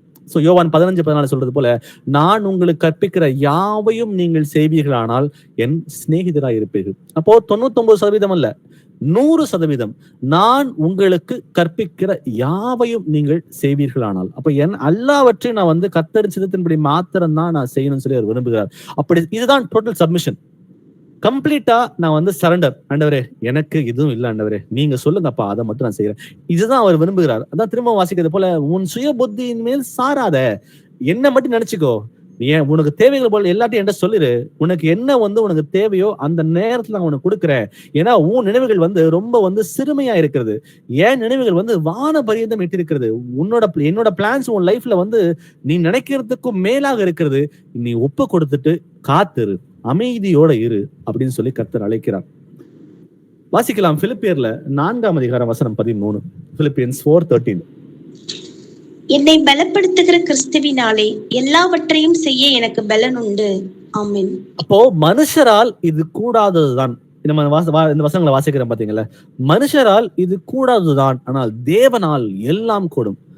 தேவனால் எல்லாம் கூடுன்றத நம்ம எல்லாரும் அறிந்த பிள்ளைகள் தான். ஆனா அவரால் எல்லாம் கூடும். பட் எனக்கு என்ன இதுல பிரயோஜனம், எனக்கு என்ன இதுல ஒரு டேக்அவே இருக்குது அப்படின்னு பார்க்கும் பொழுது, வானத்தையும் பூமியையும் உண்டாக்குன சர்வ வல்லமையுள்ள தேவனாய கர்த்தர், அவருடைய ஆவியானவர் நமக்குள்ள இருக்கிறார். அவர் உலகத்தை ஜெயித்த தேவனா இருக்கிறார். நம்ம தான் உலகத்தை தோத்து போயிட்டே இருக்கிறோம். பிசாசானவனுக்கு சில டைம் இடம் கொடுத்து பாவத்துல விழுந்து நம்ம தோத்துக்கிட்டே இருக்கிறோம். ஆனாலும் அவர் ஒரு மனுஷனா வாழ்ந்த பொழுது எல்லாவற்றிற்கும் முன்மாதிரியாக வாழ்ந்து, பிசாசான எவ்வளவு டெம்டேஷன் கொடுத்தாலும் எல்லாவற்றிலும் ஜெயித்த தேவனா இருக்கிறார். அவர் கடைசியில முடிவு பரியந்தது கூட, அவர் மரிக்கும் பொழுது கூட அவர் வெற்றி சிறந்தார். சிலுவையின் மீது வெற்றி சிறந்தார். அவர் மரித்து அவர் உயிர்த்தார்ந்து பார்க்கிறோம். அந்த உயிர்த்த அந்த ஜெயித்த தேவன் உங்களுக்குள்ளேயும் எனக்குள்ளேயும் அவர் இருக்கிறார். மனுஷனால் சில காரியங்களை மேற்கொண்டு வர்றது கஷ்டம்தான், ஆனாலும் ஜெயித்த தேவன் நம்மோட கூட இருக்கிறார். அப்போ அவருடைய ஆவியான சத்தத்துக்கு நம்ம செவி கொடுத்து, அவர் சொல்ற சத்தத்துக்கு நம்ம சத்தத்தை கேட்டு இடப்புறமோ வலப்புறமோ சாயும் பொழுது ஏசப்பா அவர் சொல்லுவாரு, ஏப்பா இது செய்யாதப்பா, இது செய்ப்பா அப்படின்னு அவர் சொல்லும் பொழுது, அந்த வார்த்தைக்கு நம்ம கீழ்ப்படியும் பொழுது கண்டிப்பா என்னை பலப்படுத்துகிற கிறிஸ்துவினாலே எல்லாவற்றையும் செய்ய பலன் எனக்கு அப்பதான் வரும்.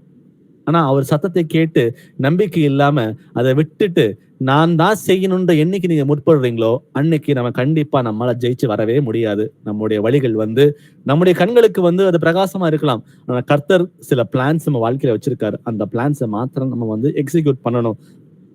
வாசிக்கலாம் 2 கொரிந்தியர்ல 12ஆம் அதிகாரம் வசனம் 9 முதல் 10 வரை. 2 Corinthians 12:9-10. அதற்கு அவர், என் கிருபை உனக்கு போதும், பலவீனத்திலே என் பலம் பூரணமாய் விளங்கும் என்றார். ஆகையால் கிறிஸ்துவின் வல்லமை என் மேல் தங்கும்படி என் பலவீனங்களை குறித்து நான் மிகவும் சந்தோஷமாய் மேன்மை பாராட்டுவேன். அந்தபடி நான் பலவீனமாய் இருக்கும் போதே பலமுள்ளவனாய் இருக்கிறேன். ஆகையால் கிறிஸ்துவின் நிமித்தம் எனக்கு வரும் பலவீனங்களிலும் நிந்தைகளிலும் நெருக்கங்களிலும் துன்பங்களிலும் இடுக்கண்களிலும் நான் பிரியப்படுகிறேன். ஆமென், ஆமென். சோ மனுஷனால் சில காரியங்கள் முடியல, நம்ம பலவீனம் உள்ள பிள்ளைகளா இருக்கிறோம். கர்த்தரும் நம்மை போல ஒரு மனுஷனா இந்த பூமியில வாழ்ந்து அவர் வெற்றி சிறந்தார். அப்போ நம்முடைய பலவீனங்கள் அவருக்கு தெரியும். ஏன்னா அவரும் சில பலவீனங்கள் இருந்தபோது அவர் ஜெயிச்சு வந்தாரு. நம்ம மனுஷனா இருக்கிறதால நம்ம விழுந்து போயிடுறோம். அப்போ நமக்கு சில பலவீனங்கள் இருக்கத்தான் செய்யுது. அத பலவீனங்கள்ல பவுல் எழுதுறது போல, என் கிருபை உனக்கு போதும், பலவீனத்திலே என் பலன் பூரணமாய் விளங்கும். இப்ப நமக்கு சில பலவீனங்கள் இருக்கிறது ரொம்ப அதுக்குன்னு பாவத்துக்குரிய பலவீனத்தை நம்ம அட்வான்டேஜா எடுத்துட்டு அந்த பாவத்துல மீண்டும் மீண்டும் விழுகிறத பத்தி கர்த்தர் பேசவே இல்லை. சோ நமக்கு சில பலவீனங்கள் இருக்கத்தான் செய்யுது. ஆனாலும் முழுமையாய் அவரை மாத்திரம் சார்ந்திருக்கும் பொழுது அவர் பூரணமாய் நமக்குள்ள கிரியை செய்கிற தேவனா இருக்கிறார். வசனம் சொல்றது போல, ஆகையால் கிறிஸ்துவின் வல்லமை என் மேல் தங்கும்படி என் பலவீனங்களை குறித்து நான் மிகவும் சந்தோஷமாய் மேன்மை பாராட்டுகிறேன். அந்தபடி நான் பலவீனமாய் இருக்கும் போதே பலமுள்ளவனாய் இருக்கிறேன். ஆகையால் கிறிஸ்துவின் நிமித்தம் எனக்கு வரும் பலவீனங்களிலும் நிந்தைகளிலும் நெருக்கங்களிலும் துன்பங்களிலும் இடுக்கண்களிலும் நான் பிரியமாய் இருக்கேன். கர்த்தருக்காக வைராக்கியம் பாராட்டி அவருடைய வசனத்துக்கு முழுமையாய் கீழ்ப்படிந்திருந்து நான் இப்படிதான் என் வாழ்க்கையை நான் வாழுவேன், இதை விட்டு விரோதமா எதையுமே நான் செய்ய மாட்டேன்ற அந்த உறுதியோட வாழும் பொழுது நமக்கு நம்ம சுற்று சூழ்நிலையில நம்ம கணவனோ இல்ல மனைவியோ பிள்ளைகளோ சொந்தக்காரங்களோ இல்ல நமக்கு சுற்றுல இருக்கிற நம்ம ஆபீஸ்ல இருக்கிற ஃப்ரெண்ட்ஸோ இவர்கள் எல்லாரும் நமக்கு ஏளனமா பேசுவாங்க. அவங்க மூலம் நிந்தைகள் வரும்.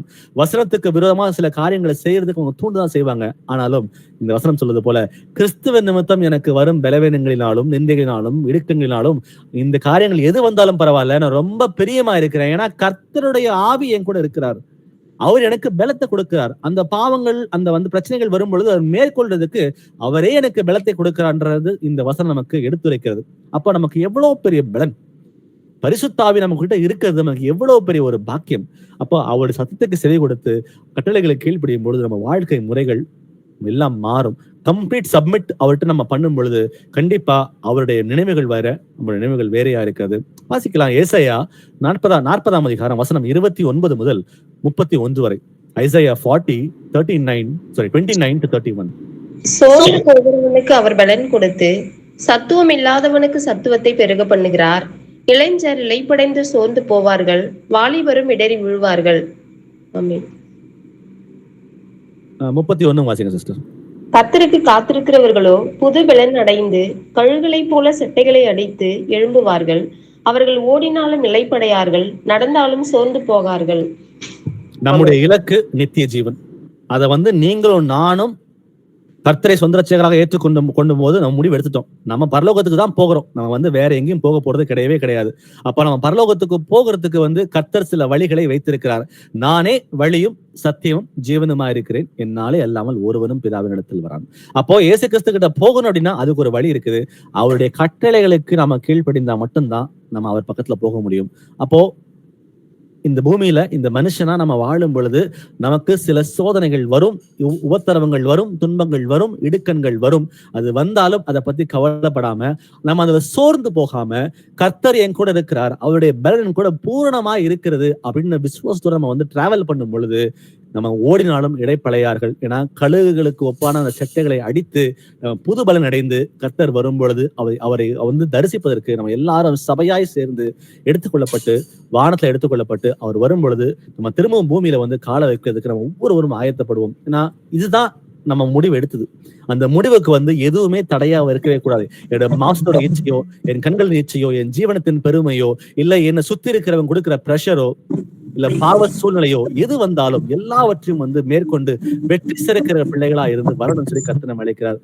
ஜெரால்ட் ஆந்தனி கொஞ்சம் மியூட்ல போய்க்கிறீங்களா? தேங்க்யூ. மத்தேயு 16ஆம் அதிகாரம் வசனம் 24 முதல் 25 வரை. மேத்யூ 16:24-25.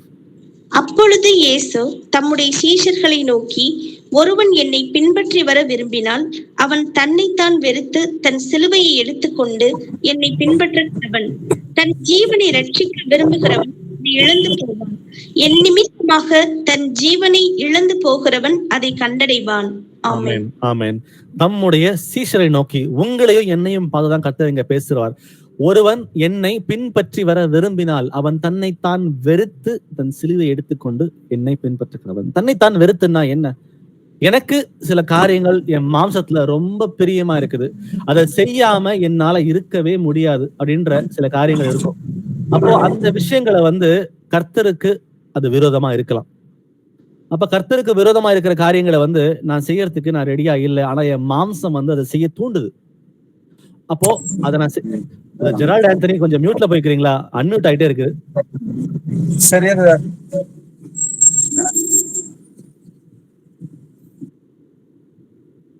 சோ எனக்கு பிரியமான காரியங்கள் எது இருந்தாலும் அதை நான் வெறுக்கிறேன். பாத்தீங்களா, இயேசுவுக்கு இது பிடிக்கல, ஆனால எனக்கு மாம்சத்துல இதை பிடிச்சிருக்கு, இதை நான் செஞ்சேன்னா என்னால பரலோகத்துக்கு என்னால போக முடியாது அப்படின்ற அந்த அந்த அந்த எண்ணங்கள். அப்போ அதை நம்ம முழுசா எனக்கு ரொம்ப பிடிச்சிருந்தாலும் அதை வெறுக்கிறேன். பாத்தீங்களா, அதான் ஆண்டவர் சொல்றாரு, ஒருவன் என்னை பின்பற்ற வர விரும்பினால் அவன் தன்னைத்தான் வெறுத்து தன் சிலுவையை எடுத்துக்கொண்டு என்னை பின்பற்ற கடவன். அப்போ ஒவ்வொரு நாளும் எனக்கு பிடிச்ச காரியங்கள் கர்த்தருக்கு பிடிக்காம இருக்கு அப்படின்றப்போ அதை ஒவ்வொரு நாளும் செய்யறதுக்கு சூழ்நிலைகள் வரலாம், ஆனாலும் ஏசப்பாக்கு இது பிடிக்காது, அதை நான் கண்டிப்பா செய்ய மாட்டேன். ஒரு எக்ஸாம்பிளுக்கு பொய் சொல்ற காரியங்கள். பொய் சொல்லாம இந்த உலகத்துல வாழ முடியுமான்னு கேட்டா, ஆண்டவர் விரும்புவது பொய் சாட்சி சொல்லாத இருப்பாயாக. பொய் சொன்னா பரலோகம் இல்லை. அப்போ அந்த பொய் சொல்ற சூழ்நிலைகள் என் வாழ்க்கையில அநேகம் ஆயிரம் வரலாம், ஆனா ஒவ்வொரு முறையும் கர்த்தருக்கு சாட்சியாக நான் பொய் சொல்லவே மாட்டேன் அப்படின்னு ஒரு முடிவெடுத்து அதை வெறுத்து அந்த சிலுவையை நாம தூக்கி கொண்டு ஒவ்வொரு நாளும் நடக்கிறோம். பாத்தீங்களா, அதுதான் நம்ம ஜீவனுக்கு ஏதுவான வழியா இருக்கிறது. சோ அதை விட்டுட்டு அதை நம்ம பொய்ய நம்ம நம்ம வாழ்க்கை நடப்பிக்க ஆரம்பிச்சோம்னா நம்முடைய வாழ்க்கை வேற மாதிரி மாறுது. தன் சிலுவை தன் ஜீவனை ரட்சிக்க விரும்புகிறவன் அதை இழந்து போவான், என் நிமித்தமாக தன் ஜீவனை இழந்து போகிறவன் அதை கண்டடைவான்னு பார்க்கிறோம். சோ மாம்சத்தோட இச்சைகளை எல்லாவற்றையும் வெறுத்து ஒதுக்குறதா கர்த்தர் விரும்புகிறார். சில காரியங்கள் நமக்கு வாழ்க்கையில தேவைப்படதான் செய்யுது, அதை நிறைவேற்றும். ஆனால் கர்த்தருக்கு விரோதமா இருந்துச்சு அப்படின்னா அதை நம்ம வெறுத்து ஒதுக்குறதா அவர் நம்ம அழைக்கிறார். கலாத்தியர் 2:20 வாசிக்கலாம். கலேஷியன்ஸ் 2:20. கிறிஸ்துவுடனே கூட சிலுவையில் அறையப்பட்டேன், ஆயினும் பிழைத்திருக்கிறேன். இனி நான் அல்ல, கிறிஸ்துவே எனக்குள் பிழைத்திருக்கிறார். நான் இப்பொழுது மாம்சத்தில் பிழைத்திருக்கிறதோ என்னில் அன்பு கூர்ந்து எனக்காக தம்மை தாமே ஒப்பு கொடுத்த தேவனுடைய குமாரனை பற்றும் விசுவாசத்தினாலே பிழைத்திருக்கிறேன். ஆமென், ஆமென். கிறிஸ்துவ கூட சிலுவையிலே அறையப்பட்டேன் என்றாரு. இயேசு கிறிஸ்துவோட கையை சேர்த்து ஆணையை வச்சு என் கையும் அடிச்சுட்டாங்க அப்படின்றார். நானும் மரித்தேன் அப்படின்னு இங்க பவுல் சொல்றார். சோ கிறிஸ்துவோட கூட சிலுவையில் அறையப்பட்டேன், ஆயினும் பிழைத்திருக்கிறேன். அவர் வெற்றி சிறந்தார். அவர் எப்படி பாவங்களை ஜெயிச்சு வெளியே வந்தாரோ அதே போல நானும் தண்ணிக்குள்ள ஞானஸ்தானத்தின் மூலமா தண்ணிக்குள்ள போகும் பொழுது என் பாவங்கள், சாபங்கள், அக்கிரமங்கள், மீறுதல்கள் எல்லாவற்றையும் தண்ணியில பிதைச்சிட்டு அவர் எப்படி உயிர்த்தாரோ அதே போல நானும் உயிர்த்த பொழுது எல்லா அக்கிரமங்களுக்கும் பாவங்களுக்கும் நீங்களாக்கி ஒரு புது சிருஷ்டியாய் இயேசுவுக்குள்ள மீண்டும் அவருடைய வித்தாக நான் பிறந்திருக்கிறேன் அப்படின்றத பவுலிங்க சொல்றாரு. நாமும் அப்படிதான்.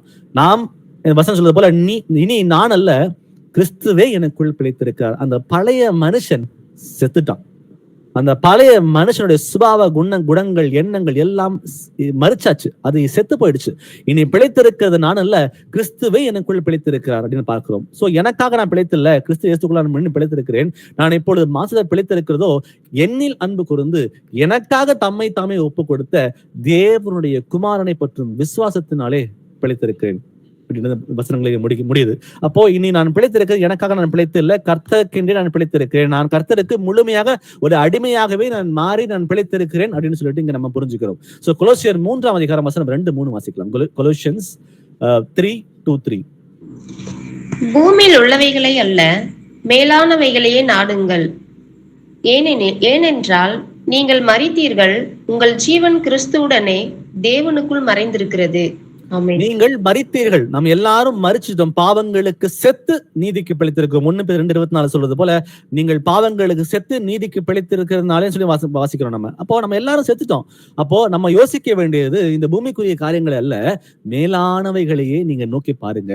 பூமிக்கும் நமக்கும் சம்பந்தம் இல்லை, இந்த உலகத்துக்கு நமக்கும் சம்பந்தம் இல்லை. நம்ம நோக்கி பார்க்க வேண்டியது மேலான நகரமாகிய நம்ம அந்த பரலோகத்துக்கு நம்ம போய் சேரணும்.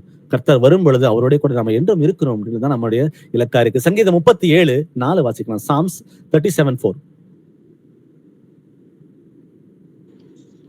கர்த்தரிடத்தில் மனமகிழ்ச்சியாயிரு, அவர் உன் இருதயத்தின் வேண்டுதல்களை உனக்கு அருள் செய்வார். ஆமென். சோ நம் வசனம் சொல்லும்போது கர்த்தரிடத்தில் மனமகிழ்ச்சியாயிரு. கர்த்தர் எது செஞ்சாலும் என் வாழ்க்கையில அது சரியாதான் இருக்கும் அப்படின்ற அந்த விசுவாசம் நமக்கு பூரணமாக வேணும். சில காரியங்கள் நமக்கு சிக்ஷிக்கிறதா ரொம்ப ரொம்ப நல்லது. தந்தை சிக்ஷியாத பிள்ளை உண்டோ? நான் ஒருவேளை சிக்ஷியாம போனா நான் வேசியின் பிள்ளையா நான் மாறிடுவேனே. அதனால கர்த்தர் என்ன சிக்ஷித்தார்னா ரொம்ப ரொம்ப நல்லதுதான். அந்த சிக்ஷையை வந்து சந்தோஷமாக ஏற்றுக்கொண்டு என் இதயத்தின் ஏண்டுதலை வந்து அவரிட தெரியப்படுத்தும் போது எனக்கு எது என் வாழ்க்கையில சரியோ அதை அவர் வந்து அருளச் செய்வார். ஏன்னா அவருடைய நினைவுகள் என் நினைவுகள் அல்ல, அவரோட பிளான்ஸ் வந்து என் பிளான்ஸ் அல்ல. அவரோட பிளான்ஸ் என் வாழ்க்கையை வந்து வான பரியந்தம் எட்டி இருக்கிறது. அதனால வந்து முழுமையாக அவரிடம் ஒப்பு கொடுத்து அவருக்கு பிரியமானதை மாத்திரம் நம்ம வந்து செய்யறதுக்கு நம்ம வந்து பிரயாசப்படுவோம். யாக்கோபுல 1 வசனம் 2-3 வாசிக்கலாம். ஜேம்ஸ் 1-2-3. தேவனுக்கும் கர்த்தராகிய இயேசு கிறிஸ்துவுக்கும் ஊழியக்காரனாகிய யாக்கோபு சிதறி இருக்கிற 12 கோத்திரங்களுக்கும் வாழ்த்து. யாக்கோபு 1:2-3 தானே? என் சகோதரரே, நீங்கள் பலவிதமான சோதனைகளில் அகப்படும் போது உங்கள் விசுவாசத்தின் பரீட்சையானது பொறுமையை உண்டாக்கும் என்று அறிந்து அதை மிகுந்த சந்தோஷமாக எண்ணுங்கள். ஆமென். Complete submission. இப்ப கர்த்தரிடம் முழுமையா என்ன ஒப்பு கொடுத்துன்னு வச்சுங்களேன், நம்ம எதை பத்தியும் யோசிக்கவே கூடாது. அப்போ அப்படி ஒப்பு கொடுக்கும் பொழுது, கர்த்தருக்கு வைராக்கியம் பாராட்டும் பொழுது, அவர் கற்பனைகளை கீழ்ப்படியும் பொழுது நமக்கு என்ன வருமா? நீங்கள் பலவிதமான சோதனைகளில் அகப்படும் பொழுது உங்கள் விசுவாசத்தின் பரீட்சையானது பொறுமையை உண்டாக்கும் என்றறிந்து அதை மிகுந்த சந்தோஷமாக எண்ணுங்கள். அப்ப சோதனை வந்து கண்டிப்பா உண்டு. கர்த்தரை சொந்த ரட்சகராக ஏற்றுக்கொண்ட ஒரு பிள்ளைகளோட வாழ்க்கையில கண்டிப்பா சோதனை வரும். அது எப்படி வரும்னா, எனக்கு சில காரியங்கள் ரொம்ப பிடிச்சிருக்கும் மாம்சத்துல, அதை வந்து நான் செஞ்சுட்டு இருந்திருப்பேன். ஆனா இயேசுக்கு பிடிக்கலன் போது அதை மேற்கொண்டு வரேன் பாத்தீங்கல்ல. அப்ப என் கூட இருக்கிறவங்க வந்து என்னை பார்த்து சொல்லுவாங்க, உன்னை பத்தி எனக்கு தெரியாதா? நீ என்ன அவ்வளவு பெரிய வந்து நல்லவனா? நீ எவ்வளவு பெரிய பாவியா இருந்த? இது என்ன செஞ்சா பெரிய பாவமா? உனக்கு என்ன பைத்தியம் பிடிச்சிருக்கான்னு சொல்லிட்டு நிறைய பேர் சொல்லுவாங்க. சோ பலவிதமான சோதனைகள் அகப்படும் பொழுது நம்ம விசுவாசத்தை மட்டும் விட்டு விடாம, உங்கள் விசுவாசம் வந்து சோதிக்கப்படுதுன்னு சொல்லி ஆண்டவர் சொல்லுகிறார். அப்போ அழிந்து போகிற பொன் எப்படி அக்னினாலே சோதிக்கப்படுதோ அதே போல நம் ஒவ்வொருத்தரோட விசுவாசமும் கண்டிப்பா சோதிக்கப்படும். அது சோதிக்கப்படுகிறது நல்லது. அப்ப சோதிக்கப்படும் பொழுது நம்ம என்ன பண்ணணுமா? அந்த வசனத்தின்படி பொறுமையோட இருக்கணும். அப்போ அந்த பொறுமையானது பூரண கிரியை செய்யும் பொழுது கண்டிப்பா நம்ம கர்த்தரை வந்து தரிசிப்பது உறுதியான காரியம். அப்போ அந்த மாதிரி உபத்திரவங்கள், துன்பங்கள் நம்ம வாழ்க்கையில வந்து கர்த்தருக்கு வைராக்கியம் பாராட்டும் பொழுது வரும் பொழுது நம்ம என்ன செய்யணுமா? வசனத்தின்படி அதை மிகுந்த சந்தோஷமாக எண்ணுங்கள். சந்தோஷமாக இருங்கள் சொல்லி எழுதிருக்கலாமே, அதை மிகுந்த சந்தோஷமாக எண்ணுங்கள். ஏன்னா என்னுடைய விசுவாசம் வந்து சோதிக்கப்படுது. அந்த சோதனையில நான் வெற்றி சிறக்கிறேன். நான் வெற்றி சிறந்து வந்து நான் ரிஃபைன் ஆகுறேன், நான் பியூர் ஆகுறேன். கர்த்தர் விரும்புகிற மாதிரி என் வாழ்க்கை முறை மாறுது. அப்போ அதை ரொம்ப சந்தோஷமாக ஏற்றுக்கொள்ளணும்னு சொல்லி கர்த்தர் விரும்புகிறார். சோ 1 பேதுரு 1 வசனம் 6-7 வரை வாசிக்கலாம். 1 Peter 1:6-7. இதிலே நீங்கள் மிகவும் சந்தோஷப்படுகிறீர்கள் என்றாலும் துன்பப்பட வேண்டியது அவசியமானதால் இப்பொழுது கொஞ்ச காலம் பலவிதமான சோதனைகளினாலே துக்கப்படுகிறீர்கள். அழிந்து போகிற பொன் அக்கினியினாலே சோதிக்கப்படும். அதை பார்க்கிலும் அதிக விலையேற பெற்றதா இருக்கிற உங்கள் விசுவாசம் சோதிக்கப்பட்டு இயேசு கிறிஸ்து வெளிப்படும் போது உங்களுக்கு புகழ்ச்சியும் கனமும் மகிமையும் உண்டாக காணப்படும். ஆமென். ஆமென். நம்முடைய விசுவாசம் சோதிக்கப்படும்ன்றத 2வது சாட்சி வசனம். இயேசு கிறிஸ்து வெளிப்படும் போது அது நமக்கு உங்களுக்கு புகழ்ச்சியும் கனமும் மகிமையும் உண்டாக காணப்படும் பார்க்கிறோம். அப்போ எவ்வளவு உபத்திரவம் வந்தாலும் அதை பத்தி கவலைப்படாதீங்க. ஆண்டவர் சொல்றாரு, நீங்கள் சந்தோஷப்படுங்கள். துன்பப்பட வேண்டியது அவசியம்தான். அப்போ நமக்கு சில விஷயங்கள் கர்த்தர் நம்ம வாழ்க்கையில அனுபவிச்சிருக்காருன்னா நம்ம ரிஃபைன் பண்றாரு. அவருடைய எக்ஸ்பெக்டேஷன் லெவலை நாம மீட் பண்றதுக்கு நம்ம ஒவ்வொரு ரிஃபைன் பண்றாரு. அதை ரொம்ப சந்தோஷமாக நம்ம ஏற்றுக்கொள்ளுகிற பிள்ளைகளா தான் மாறணும். அதுல வந்து நம்ம வெசனப்பட்டு, ஐயோ எனக்கு இப்படி இருக்கு, கர்த்தருக்கு கண்ணு இல்லையா, ஏன் என் வாழ்க்கை மட்டும் மாறவே மாட்டேங்குது அப்படின்னு சொல்லிட்டு நம்ம துக்கப்படுவதை பார்க்கலாம். சில காரியங்களை கர்த்தர் நம்ம வாழ்க்கையை அனுமதிச்சிருந்தாருன்னா முதல்ல நிதானிச்சு பாருங்க, ஏன் கர்த்தர் இதை முதல்ல அனுமதிச்சார். அப்போ இதை அனுமதிச்சிருக்காருன்னா அவருக்கு நான் பிரியம் இல்லாம எதையாவது என் வாழ்க்கை நடப்பித்துக் கொண்டு இருக்கிறேனா? அப்போ நடப்பித்துக் கொண்டு இருக்கிற அப்படின்னா மனம் மாறுகிற வேலை அது. நீங்கள் மனம் மாறுங்கள் சொல்லி கர்த்தர் நம்மை அழைக்கிறார். அப்போ ஆதியில் கொண்ட அன்பை நான் விட்டுட்டேனா, எங்கேயாவது நான் இன்னும் மாறாம இருக்கிறேன்னு சொல்லி நிதானத்தை பார்த்து நம்ம மாற்றத்தை நம்ம வாழ்க்கையில கொண்டு வரும் பொழுது நம்ம கேட்காமலே நம்முடைய வழிகள் திறக்கப்படும். நம்ம கேட்காமலே கர்த்தருக்கு பிரியமான காரியங்கள் வாழ்க்கையில் நடப்பிக்க ஆரம்பிக்கும். நம்ம கேட்காமலே நம்ம நினைப்பதற்கும் மேலான காரியங்களை கர்த்தர் நம்ம வாழ்க்கையில் நடப்பிக்கிற தேவனா இருக்கிறார். அதை நம்ம புரிஞ்சுக்கணும். சோ விசுவாசம் சோதிக்கப்படுறது நமக்கு ரொம்ப ரொம்ப நல்லதுதான்றதை நம்ம புரிஞ்சுக்கணும். ரோமர்ல 5ஆம் அதிகாரம் வசனம் 3 முதல் 5 வரை வாசிக்கலாம். ரோமன்ஸ் 5:3-5. அது மாத்திரமல்ல, உபத்திரவம் பொறுமையையும், பொறுமை பரீட்சையையும், பரீட்சை நம்பிக்கையையும் உண்டாக்குகிறதென்று நாங்கள் அறிந்து உபத்திரவங்களிலேயும் மேன்மை பாராட்டுகிறோம். மேலும் நமக்கு அருளப்பட்ட பரிசுத்த ஆவியினாலே தேவ அன்பு நம்முடைய இருதயங்களில் ஊற்றப்பட்டிருக்கிறபடியால் அந்த நம்பிக்கை நம்மை வெட்கப்படுத்தாது. ஆமென். மேலும் நமக்கு அருளப்பட்ட பரிசுத்த ஆவியினாலே தேவ அன்பு நம்முடைய இருதயங்களில் ஊட்டப்பட்டிருக்கிற அப்படி நம்ம எல்லாரும் விசுவாசிக்கிறோமே. ஞானஸ்நானத்துல கர்த்தராக இயேசு கிறிஸ்துவனுடைய ஆவி என் கூட வந்துட்டாரு. நீங்கள் அப்போஸ்தலர் 2:38 சொல்வது போல நீங்கள் மனம் திரும்பி ஒவ்வொருவரும் கர்த்தராக இயேசு கிறிஸ்துவின் நாமத்தினாலே ஞானஸ்நானம் பெற்றுக் கொள்ளுங்கள், அப்பொழுது பரிசுத்தாவின் வரத்தை பெறுவீர்கள். இப்ப உங்களுக்குள்ளேயும் எனக்குள்ளேயும் கர்த்தருடைய ஆவியானவர் பரிபூர்ணமாக கிரியை செய்கிறார்.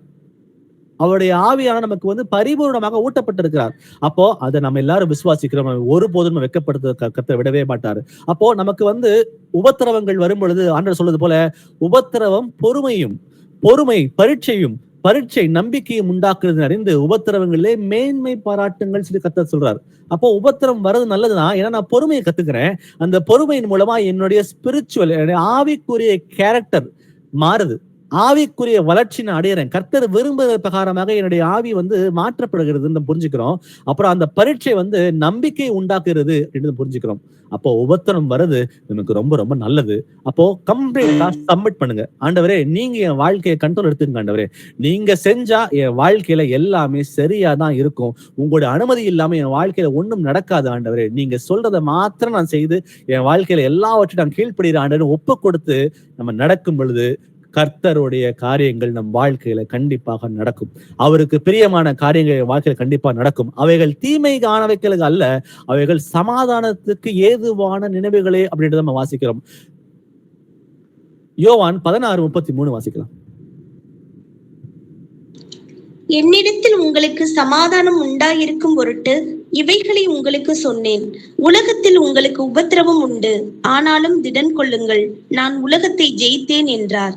ஆமென். உலகத்திலே உங்களுக்கு இது எதுக்காக திரும்ப திரும்ப இந்த உபத்திரத்துக்குரிய காரியங்களை பேசுறேன்னா, நமக்கு உபத்திரம் உண்டுன்றதை நம்ம முதல்ல உணரணும். நமக்கு இருக்குன்றத முதல்ல புரிஞ்சுக்கணும். எனக்கு ஏன்னா சில பேர் நான் ஆரம்ப காலகட்டத்துல இயேசுவை ஏத்துக்கிற சூழ்நிலையில என்கிட்ட பேசினவங்க சில பேர் இப்படிதான் பேசினாங்க. நீ இயேசுவை ஏத்துக்கப்பா, உன் வாழ்க்கை பிரச்சனை பாரு, இவன் கடன் பிரச்சனையும் சரி, மற்ற பிரச்சனையும் சரி, எல்லாம் உடனே தீர்ந்து போயிரும்பா அப்படின்னு சொல்லி என்ன சொன்னாங்க. அப்ப நான் கர்த்தரை ஏத்துக்கிட்டது எதுக்காக? என் பிரச்சனை தீர்ன்றதுக்காக. சொல்ற விதமே வித்தியாசமா இருந்தது. ஆனாலும் அந்த உபத்திரவத்தை பத்தி கர்த்தர் பேசவே இல்லை. அவனவன் தன் சுய இச்சையினாலே இழுக்கப்பட்டு சிக்குண்டு சோதிக்கப்படுகிறான். பின்பு இச்சையானது கர்ப்பம் தரித்து பாவத்தை பிறப்பிக்கும், பாவம் பரிபூரணம் அடையும் போது மரணத்தை பிறப்பிக்கும். அப்போ மாம்சத்துக்கு ஏதுவான காரியங்கள் நான் சுயமா ஏத்துக்கிட்டது, சுயமா தேடி போய் அதுல விழுந்தது. அந்த இச்சையினால கர்ப்பம் பிறப்பிச்சு அது பாவமா உண்டாகி அது மரணத்தை கொண்டு போய் விட்டுச்சு. ஆனால் கர்த்தர் மூலமா வருகிற உபத்திரவங்கள் நம்ம என்ன பண்ணுதான், நம்ம ரிஃபைன் பண்ணுது. சோ நமக்கு கிறிஸ்தவர்களாகி நமக்கு கண்டிப்பா இயேசு கிறிஸ்துவை சொந்த ரட்சகராக ஏற்றுக்கொண்ட சீஷர்களாக இருக்கிற உங்களுக்கும் எனக்கும் கண்டிப்பா உபத்திரவம் உண்டு அப்படின்றத முதல்ல உணரணும். அப்ப உபத்திரம் வர்றது ரொம்ப நல்லது. ஏன்னா கர்த்தருடைய ஆவியானவரே என் கூட இருக்கிறார். எல்லாவற்றையும் ஜெயிச்சு வர்றதுக்கு அவரே எனக்கு பலனா இருக்கிறார் பார்க்கிறோம். மத்தேயு 6ஆம் அதிகாரம் வசனம் 33 வாசிக்கலாம். Matthew 6:33. முதலாவது தேவனுடைய ராஜ்யத்தையும் அவருடைய நீதியையும் தேடுங்கள், அப்பொழுது இவைகள் எல்லாம் உங்களுக்கு கூட கொடுக்கப்படும். ஏன் கர்த்தரிடத்துல என்னால கம்ப்ளீட்டா சரண்டர் ஆக முடியல அப்படின்னு பார்க்கும் பொழுது, என்னுடைய மாம்சம் தான் கம்ப்ளீட்டா சரண்டர் ஆக முடியாம தடை செய்து கொண்டே இருக்கிறது. நம்ம கற்பனைகள் கர்த்தர் கொடுத்தது கற்பனை தான். நம்ம எண்ணத்தை உண்போம், எண்ணத்தை குடிப்போம், எண்ணத்தை உடுப்போம் என்று நீங்கள் கவலைப்படாதிருங்கள், இவைகளை எல்லாம் அஞ்ஞானிகள் நாடி தேடுகிறார்கள் அப்படின்னு சொல்லி ஆண்டவர் சொல்றாரு. அப்போ அஞ்ஞானி தேடுற விஷயம் தான் எண்ணத்தை உண்போம், எண்ணத்தை குடிப்போம், எண்ணத்தை உடுப்போம். அப்ப இந்த 3 விஷயத்தை பத்தி நீங்க கவலைப்படாதீங்கப்பா, உங்களுக்கு இவைகளெல்லாம் தேவை என்று உங்கள் பரமபிதா அறிந்திருக்கிறார். ஆகையால் நீங்கள் முதலாவது போய் தேவனுடைய ராஜ்யத்தையும் அவர் நீதியும் தேடுங்கள், அப்பொழுது இவைகள் எல்லாம் உங்களுக்கு கூட கொடுக்கப்படும் சொல்றாரு. அப்ப மாம்சத்துல சில காரியங்களை பத்தி நீங்க ஏன் கவலைப்படுறீங்க? கவலைப்படுகிறதுனால உங்களுக்கு ஒரு முலம் கூட்டவோ ஒரு முலம் குறைக்கவோ முடியாதுன்னு சொல்லி கர்த்தர் சொல்லுகிறாரே. அப்போ உனக்கு என்ன தேவையோ என்கிட்ட சொல்லுப்பா, நான் எல்லாவற்றையும் உன் வாழ்க்கையில் நடப்பிக்கிறேன். உனக்கு எது சரினோ அது எனக்கு தெரியும், அதை நான் உன் வாழ்க்கையில் நடப்பிக்கிறேன். ஆனா நீ முதல்ல போய் என்ன பண்ணு, ராஜ்யத்துக்குரிய காரியத்தை முதல்ல தேடு, நீதியான காரியங்களை தேடு, எனக்கு என்ன பிரியமோ அதே மாத்திரம் உன் வாழ்க்கையில நடப்பி இது செஞ்சீன்னா உனக்கு தேவையானதை நீ நினைக்கிறதுக்கும் மேலாக நான் உனக்கு கொடுக்கிறேன்னு சொல்லி கர்த்தர் நமக்கு சொல்லுகிறார். கொலோசியர் 3 வசனம் 1-2 வாசிக்கலாம். கொலோசியன்ஸ் 3:1-2. நீங்கள் கிறிஸ்துவுடன் கூட எழுந்ததுண்டானால் கிறிஸ்து தேவனுடைய வலது பாரிசத்தில் வீற்றிருக்கும் இடத்தில் உள்ள மேலானவைகளை தேடுங்கள், பூமியில் உள்ளவைகளை அல்ல மேலானவைகளையே நாடுங்கள். ஆமென். நம்ம சொல்றோமே, நான் கிறிஸ்துவ கூட மீண்டும் பிழைத்திருக்கிறேன், அவர் உயிர்த்தது போல நானும் உயிர்த்திருக்கிறேன், நான் இன்னி பாவத்துக்கு மறிச்சிட்டேன், நீதிக்கு பிழைச்சிட்டேன், நான் பழைய மனுஷன் இல்ல, நான் புது சிருஷ்டி, ஞானஸ்தானத்தின் மூலமா என் பாவங்கள் அக்கிரமங்கள் சாபங்கள் எல்லாம் கழுவப்பட்டாயிடுச்சு அப்படின்னு நம்ம எல்லாரும் சொல்றோம். அப்போ இந்த வசனம் சொல்றது போல நீங்கள் கிறிஸ்துவுடனே கூட எழுந்தது உண்டானால், கிறிஸ்து தேவனுடைய வலது வாரிசத்தில் வைத்திருக்கும் இடத்தில் உள்ள மேலானவைகளை தேடுங்கள், பூமியில் உள்ளவைகளை அல்ல மேலானவைகளையே நாடுங்கள். அப்ப நீங்களும் நானும் நோக்கி பார்க்க வேண்டியது மேலான காரியங்கள் மட்டும்தான், இந்த உலகத்துக்குரிய காரியங்கள் அல்ல. இந்த உலகத்துக்குரிய காரியங்கள் கேட்காமலே கர்த்தர் நம் வாழ்க்கையில் நடப்பிக்கிற பிள்ளைகள். சில டைம் சில காரியங்கள் நீங்க கேட்கும் பொழுது அது டிலே ஆகலாம், இல்ல அது நடக்காம கூட போகலாம். ஏன்னா நம்முடைய நினைவுகள் வேறு, கர்த்தருடைய நினைவுகள் வேறு.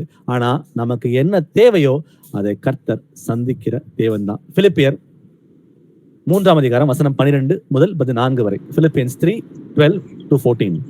நான் அடைந்தாயிற்று அல்லது முற்றும் தேறினானேன் என்று எண்ணாமல் கிறிஸ்து இயேசுவினால் நான் எதற்காக பிடிக்கப்பட்டேனோ அதை நான் பிடித்து கொள்ளும்படி ஆசையாய் தொடர்கிறேன். சகோதரரே, அதை பிடித்து கொண்டேன் என்று நான் எண்ணுகிறதில்லை.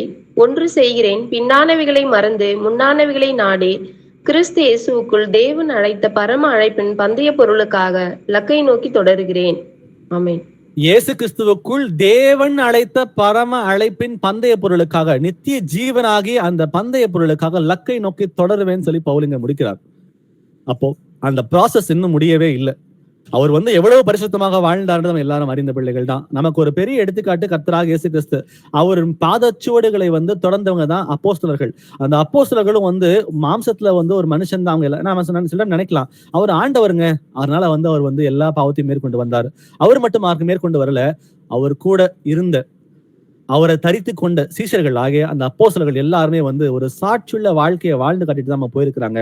அப்ப அவர்கள் மனுஷர்கள் தான், அவர்களால வாழ முடிஞ்சதுன்னா நம்மளாலையும் வாழ முடியும். பவுல் அப்படி வாழ்ந்த பவுல் சொல்றாரு, நான் அடைஞ்சிட்டேன், நான் தேறிட்டேன், நான் தேர்றதுக்கு ஒண்ணுமே கிடையாது, நான் பரிபூரணம் அடைஞ்சிட்டேன்னு சொல்லி பேசவே இல்லை. நான் அடைந்தாயிற்று, நான் முற்றிலும் தேறினவனானேன் என்று எண்ணாமல் கிறிஸ்து இயேசுவினால் எதற்காக பிடிக்கப்பட்டேன். பரலோகத்துக்கு நம்ம எல்லாரும் போகணும், அவருடைய அன்பை வெளிக்காட்டினது, ரத்தத்தை சிந்தி நம்ம மீட்டெடுத்தது நம்ம எல்லாரும் அவரோட கூட இருக்கணும்ன்றதுக்காக தான். சோ கிறிஸ்து இயேசுவினால் எதற்காக பிடிக்கப்பட்டேனோ அதை நான் பிடித்துக் கொள்ளும்படி ஆசையாய் நான் தொடர்கிறேன். அப்போ அவர் என்ன பிடிச்சிட்டாரு, இப்ப நான் அவர் கையை பிடிச்சுக்கிட்டு சந்தோஷமாக அதை பின்தொடரும். எப்படி சந்தோஷமாக பின்தொடர்கிறது? அவருடைய கற்பனைகளை கை கொள்வதன் மூலமா. அது எனக்கு பாரமானவைகள் அல்ல, அது லகுவாக தான் இருக்குது. என் மாம்சம் தான் அதை மேற்கொள்ள விடாம தடை செய்து கொண்டு இருக்கிறது. அந்த மாம்சத்துக்குரிய காரியங்களை விட்டு ஒழித்து கர்த்தருக்கு எது பிரியமோ அதே மாதிரி வாழ்க்கையில் நடப்பின் அந்த உறுதியோட நம்ம தொடரும் போது இந்த வசனம் சொல்றது போல நீங்க நானும் ஆசையாய் தொடர்கிற பிள்ளைகளா நம்ம ஒவ்வொருவரும் மாறுவோம். வாசிக்கலாம் கடைசியா ஒரு வசனம், 1 தீமோத்தேயு 6 வசனம் 11-12 வரை. 1 Timothy 6:11-12. நீயோ தேவனுடைய மனுஷனை இவைகளை விட்டு ஓடி நீதியையும் தேவ பக்தியையும் விசுவாசத்தையும் அன்பையும் பொறுமையையும் சாந்த குணத்தையும் அடையும்படி நாடு. விசுவாசத்தின் நல்ல போராட்டத்தை போராடு, நித்திய ஜீவனை பற்றிக்கொள், அதற்காகவே நீ அழைக்கப்பட்டாய், அநேக சாட்சிகளுக்கு முன்பாக நல்ல அறிக்கை பண்ணினவனுமாய் இருக்கிறாய். ஆமென். ஆமென். ஆமென். சோ கொலோசியர் 3 வசனம் 1-2, அப்புறம் பிலிப்பியர் 3 வசனம் 12-14 வரை, இப்ப 1 தீமோத்தேயு 6 வசனம் 11-12 வரை எல்லாமே என்ன சொல்லுதுன்னா, நம்ம எதற்காக அழைக்கப்பட்டோம்? நித்திய ஜீவனை பற்றிக்கொள், அதற்காகவே நீ அழைக்கப்பட்டாய். நம்ம அழைத்த அழைப்பு அதுக்குதான், நித்திய ஜீவனுக்குள்ள பிரவேசிக்கணும். கர்த்தர் அதுக்குதான் உங்களையும் என்னையும் கரம் பிடித்து சேத்துல இருந்த உங்களையும் என்னையும் வந்து தூக்கி எடுத்து நிறுத்தி இருக்கிறார். அப்போ நம்ம என்ன செய்யணுமா? பழையவைகளை விட்டு வெளியே வரணும். அவ எல்லா மாம்சத்துக்குரிய காரியங்களை விட்டு வெளியே வரணும். மாம்சத்தின் இச்சை, கண்களின் இச்சை, ஜீவனத்தின் பெருமை இவெல்லாவற்றையும் விட்டு ஒழித்து நீதியையும் தேவ பக்தியையும் விசுவாசத்தையும் அன்பையும் பொறுமையும் சாந்த குணத்தையும் அடையும்படி நாடு. அப்ப இதெல்லாம் வந்து தீமோத்தேயுக்கு இல்லையா? இதெல்லாம் சொல்லி கொடுத்து ட்ரெயின் பண்ணி அவன் நல்லா இருக்கிறான்னு சொல்லிதான் பவுல் அனுப்புறாரு. ஆனாலும் தம்பி இது பத்தாதுப்பா, நீ வந்து இன்னும் அதை அடையும்படி நாடுன்னு சொல்லிட்டு பவுல் வந்து அவனுக்கு போதனை கொடுக்கிறார். அப்ப நமக்கு அதுதான், நம்ம இன்னும் நீதி உள்ள பிள்ளைகளா, இன்னும் தேவபக்தி உள்ள பிள்ளைகளா, இன்னும் விசுவாசத்தை வளர்கிற பிள்ளைகளா, இன்னும் அன்புல வளர்கிற பிள்ளைகளா, இன்னும் பொறுமையோடு எல்லாவற்றையும் சகித்து சாந்த குணத்தை வெளிப்படுத்துகிற பிள்ளைகளா இருந்து ஒவ்வொரு நாளும் முன்னேறி வரணும்னு சொல்லி கர்த்தர் நம்ம அழைக்கிறார். சோ விசுவாசத்துல வந்து நம்ம பற்றி கொண்ட விசுவாசத்துல வந்து கடைசி வரைக்கும் ஒரு நல்ல போர் சேவகனாக, நம்ம நல்ல ஒரு போராட்டத்தை போராடுகிற பிள்ளைகளாக நம்ம எல்லாரும் மாறி நித்திய ஜீவனை பற்றி கொள்ள பிள்ளைகளா இருந்து இடப்புறமோ வலப்புறமோ சாயாமல் எந்த நேரத்திலும் எந்த ஒரு காம்ப்ரமைஸும் வராம கர்த்தர் என்ன அழைத்தார், நான் வந்து எக்காரந்து கொண்டும் அவருக்கு மாத்திரமே ஒரு பிரியமுண்டாக ஒரு வாழ்க்கையை வாழ்வென்ற ஒரு நல்ல ஒரு சாட்சி அறிக்கையிடுகிற பிள்ளைகளா, மற்ற எல்லாருக்கும் முன்பாக சுடர் விட்டு எரிகிற ஒரு பிரகாசம் உள்ள ஒரு ஒளியாக இருக்கிற பிள்ளைகளா இருக்கிறதுக்கு கர்த்தர் நம்ம ஒவ்வொருவரும் அழைத்திருக்கிறார். அதற்கு நமக்கு தேவையானது வந்து ஒரு கம்ப்ளீட் சப்மிஷன். ஆண்டவரே நான் சப்மிட் பண்றேன் ஆண்டவரே, இனிமேல மாம்சத்துக்கு நான் எதுவும் சிந்திக்க மாட்டேன் ஆண்டவரே, உமக்கு எது சித்தமோ அதை மாத்திரம் என் வாழ்க்கையில் நடப்பை பிறன்ற அந்த உறுதியை நம்ம எடுக்கும் பொழுது கர்த்தருக்கு பிரியமான பிள்ளைகளாக நம்ம இருப்போம். நம்முடைய வாழ்க்கையில வந்து நமக்கு என்ன தேவையோ அது எல்லாவற்றையும் கர்த்தர் நம்ம வாழ்க்கையில வந்து நடப்பிக்கிற தேவனா இருப்பார். அவர் வெகு சீக்கிரத்துல வரப்போகிறார். அவர் வரும் பொழுது கரை, இப்ப நீங்க ஒருத்தர் மாத்திரம் இல்ல, நான் ஒருத்தர் மாத்திரம் இல்ல, நம்ம சபையாய் சேர்ந்து ஒருத்தரை ஒருத்தர் அவயவங்களாக இருந்து ஒருத்தர் புத்தி சொல்லிக் கொண்டு, எபிரேயர் நம்ம வாசிக்கிறது போல சபை கூடுதலை விட்டு விடாமல் ஒருத்தர் புத்தி சொல்லிக் கொண்டு ஒருத்தரை தேத்தி ஒருத்தர் பலப்படுத்தி கொண்டு கர்த்தர் உங்களுக்கு பகிர்ந்து கொடுத்த வரத்தை நீங்க வந்து பயன்படுத்தி சபையோட பக்தி விருத்திக்காக பயன்படுத்தி எல்லாரும் வந்து ஒரே சரீரத்துக்குள்ள இருக்கிற அவயவங்களா இருந்து கர்த்தர் வரும் பொழுது அவர் சரீரத்தை வந்து இருக்கிற அவயவங்களா இருந்து கரை திரை முதலானவைகள் ஒன்றும் இல்லாமல் பிழையற்ற பழுதற்ற அவர் கண்களுக்கு உகந்த சபையாய் நம்ம வந்து எல்லாரும் வந்து மாறி அவரை தரிசிக்கிறதுக்கு நம்ம எல்லாரும் தயாராவோம். கர்த்தராக இயேசு கிறிஸ்துவுக்கு நன்றி. கர்த்தராக இயேசு கிறிஸ்துவுக்கு எல்லா மகிமையும் துதியும் உண்டாவதாக. Praise Lord brothers and sisters.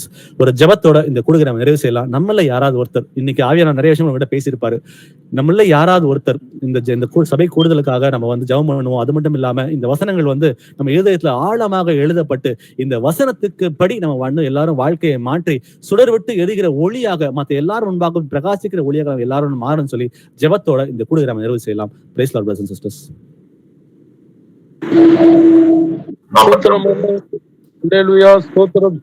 ஸ்தோத்திரம். மகா கிருபையும் இரக்கமும் தயவும் அன்பு நிறைந்த எங்கள் அன்பின் பரிசுத்த பிதாவே, ஆண்டவரே உம்மை உயர்த்துகிறோம், உம்மை வாழ்த்துகிறோம் ஆண்டவரே, உம்மை போற்றுகிறோம் ஆண்டவரே.